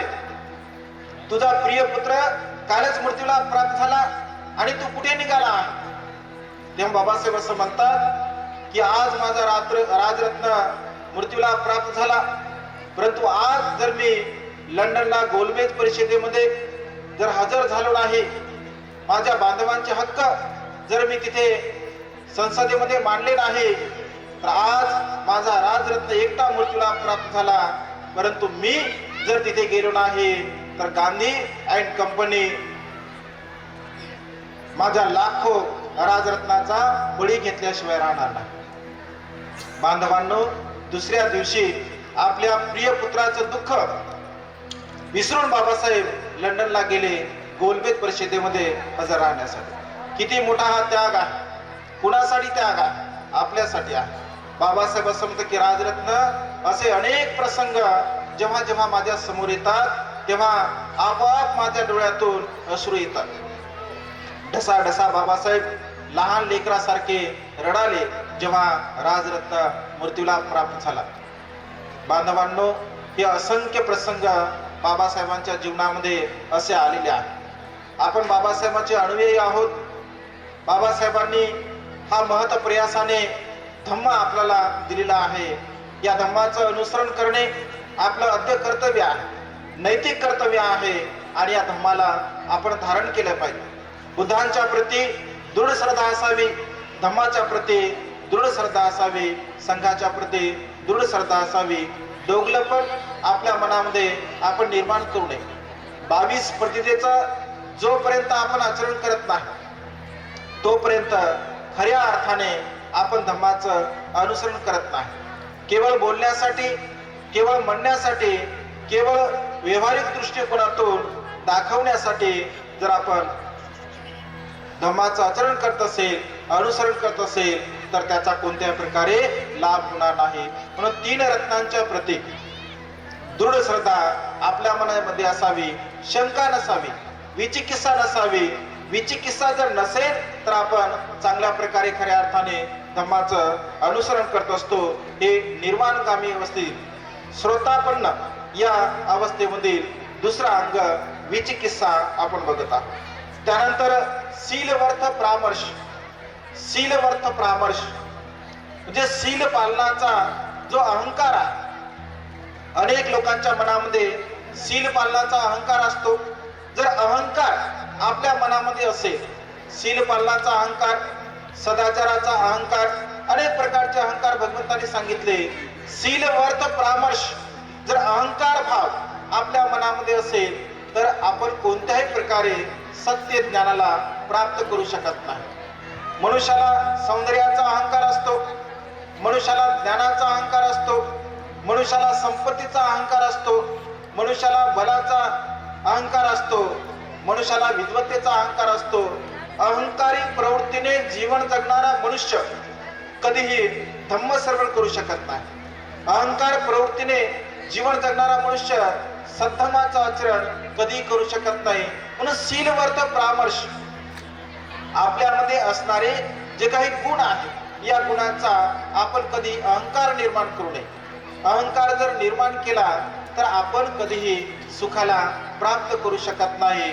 अहंकार असल्यामुळे मनुष्य धम्म सुद्धा श्रवण करू शकत नाही. सौंदर्याचा अहंकार जर असेल तर धम्म श्रवण करू शकत नाही. भंतेंनी उदाहरण दिलं खेमाराणीचं. ती सुंदर होती, सुंदरतेचा अहंकार असल्यामुळे ती धम्म श्रवण करू शकत नाही. भगवंताची म्हणजे सिद्धार्थ गौतमाची रूपनंदा नावाची एक भगिनी असते, जी भिक्षुणी बनते. तिला सुद्धा सौंदर्याचा अहंकार असतो. सौंदर्यांचा अहंकार असल्यामुळे बुद्धाचं दर्शन सुद्धा ती घेत नाही, कारण मी सुंदर आहे.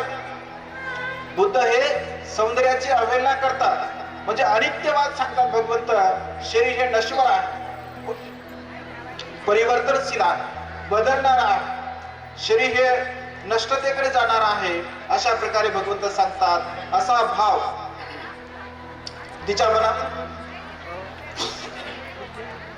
तिच्या मनामध्ये असतो. त्यामुळे भगवंताचं दर्शन सुद्धा ती घेत नाही. सौंदर्याचा अहंकार असल्यामुळे एक वेळचा प्रसंग आहे, तिच्या मनामध्ये असा भाव उत्पन्न होतो की चला भगवंताचं आपण दर्शन घेऊ आणि भिक्खुणीच्या पाठीमागे आपण राहू. मी आराम जात असते, भगवंत असतात, तिच्यावरती अनुकंपा करतात. जेव्हा भगवंताचं रूप ती बघते तरी विचार करते की अरे मी तर काही सुंदर नाही आहे. लाख पटीने भगवंताचं रूप सुंदर आहे आणि भगवंत अनित्यवादावरती तिला उपदेश करतात. ती सुद्धा दुःखमुक्त होत असते. अशा प्रकारे हा जो शील पालनाचा अहंकार आहे, कर्मकांडाचा अहंकार आहे, त्याच्या प्रती जो चिकपाव आहे, दुसऱ्याला कमी लेखण्याची जी आपली भावना आहे, या सर्व प्रकारचे भाव जर आपल्या मनामध्ये असतील तर आपण कोणत्याही प्रकारे सुखाला प्राप्त होऊ शकत नाही.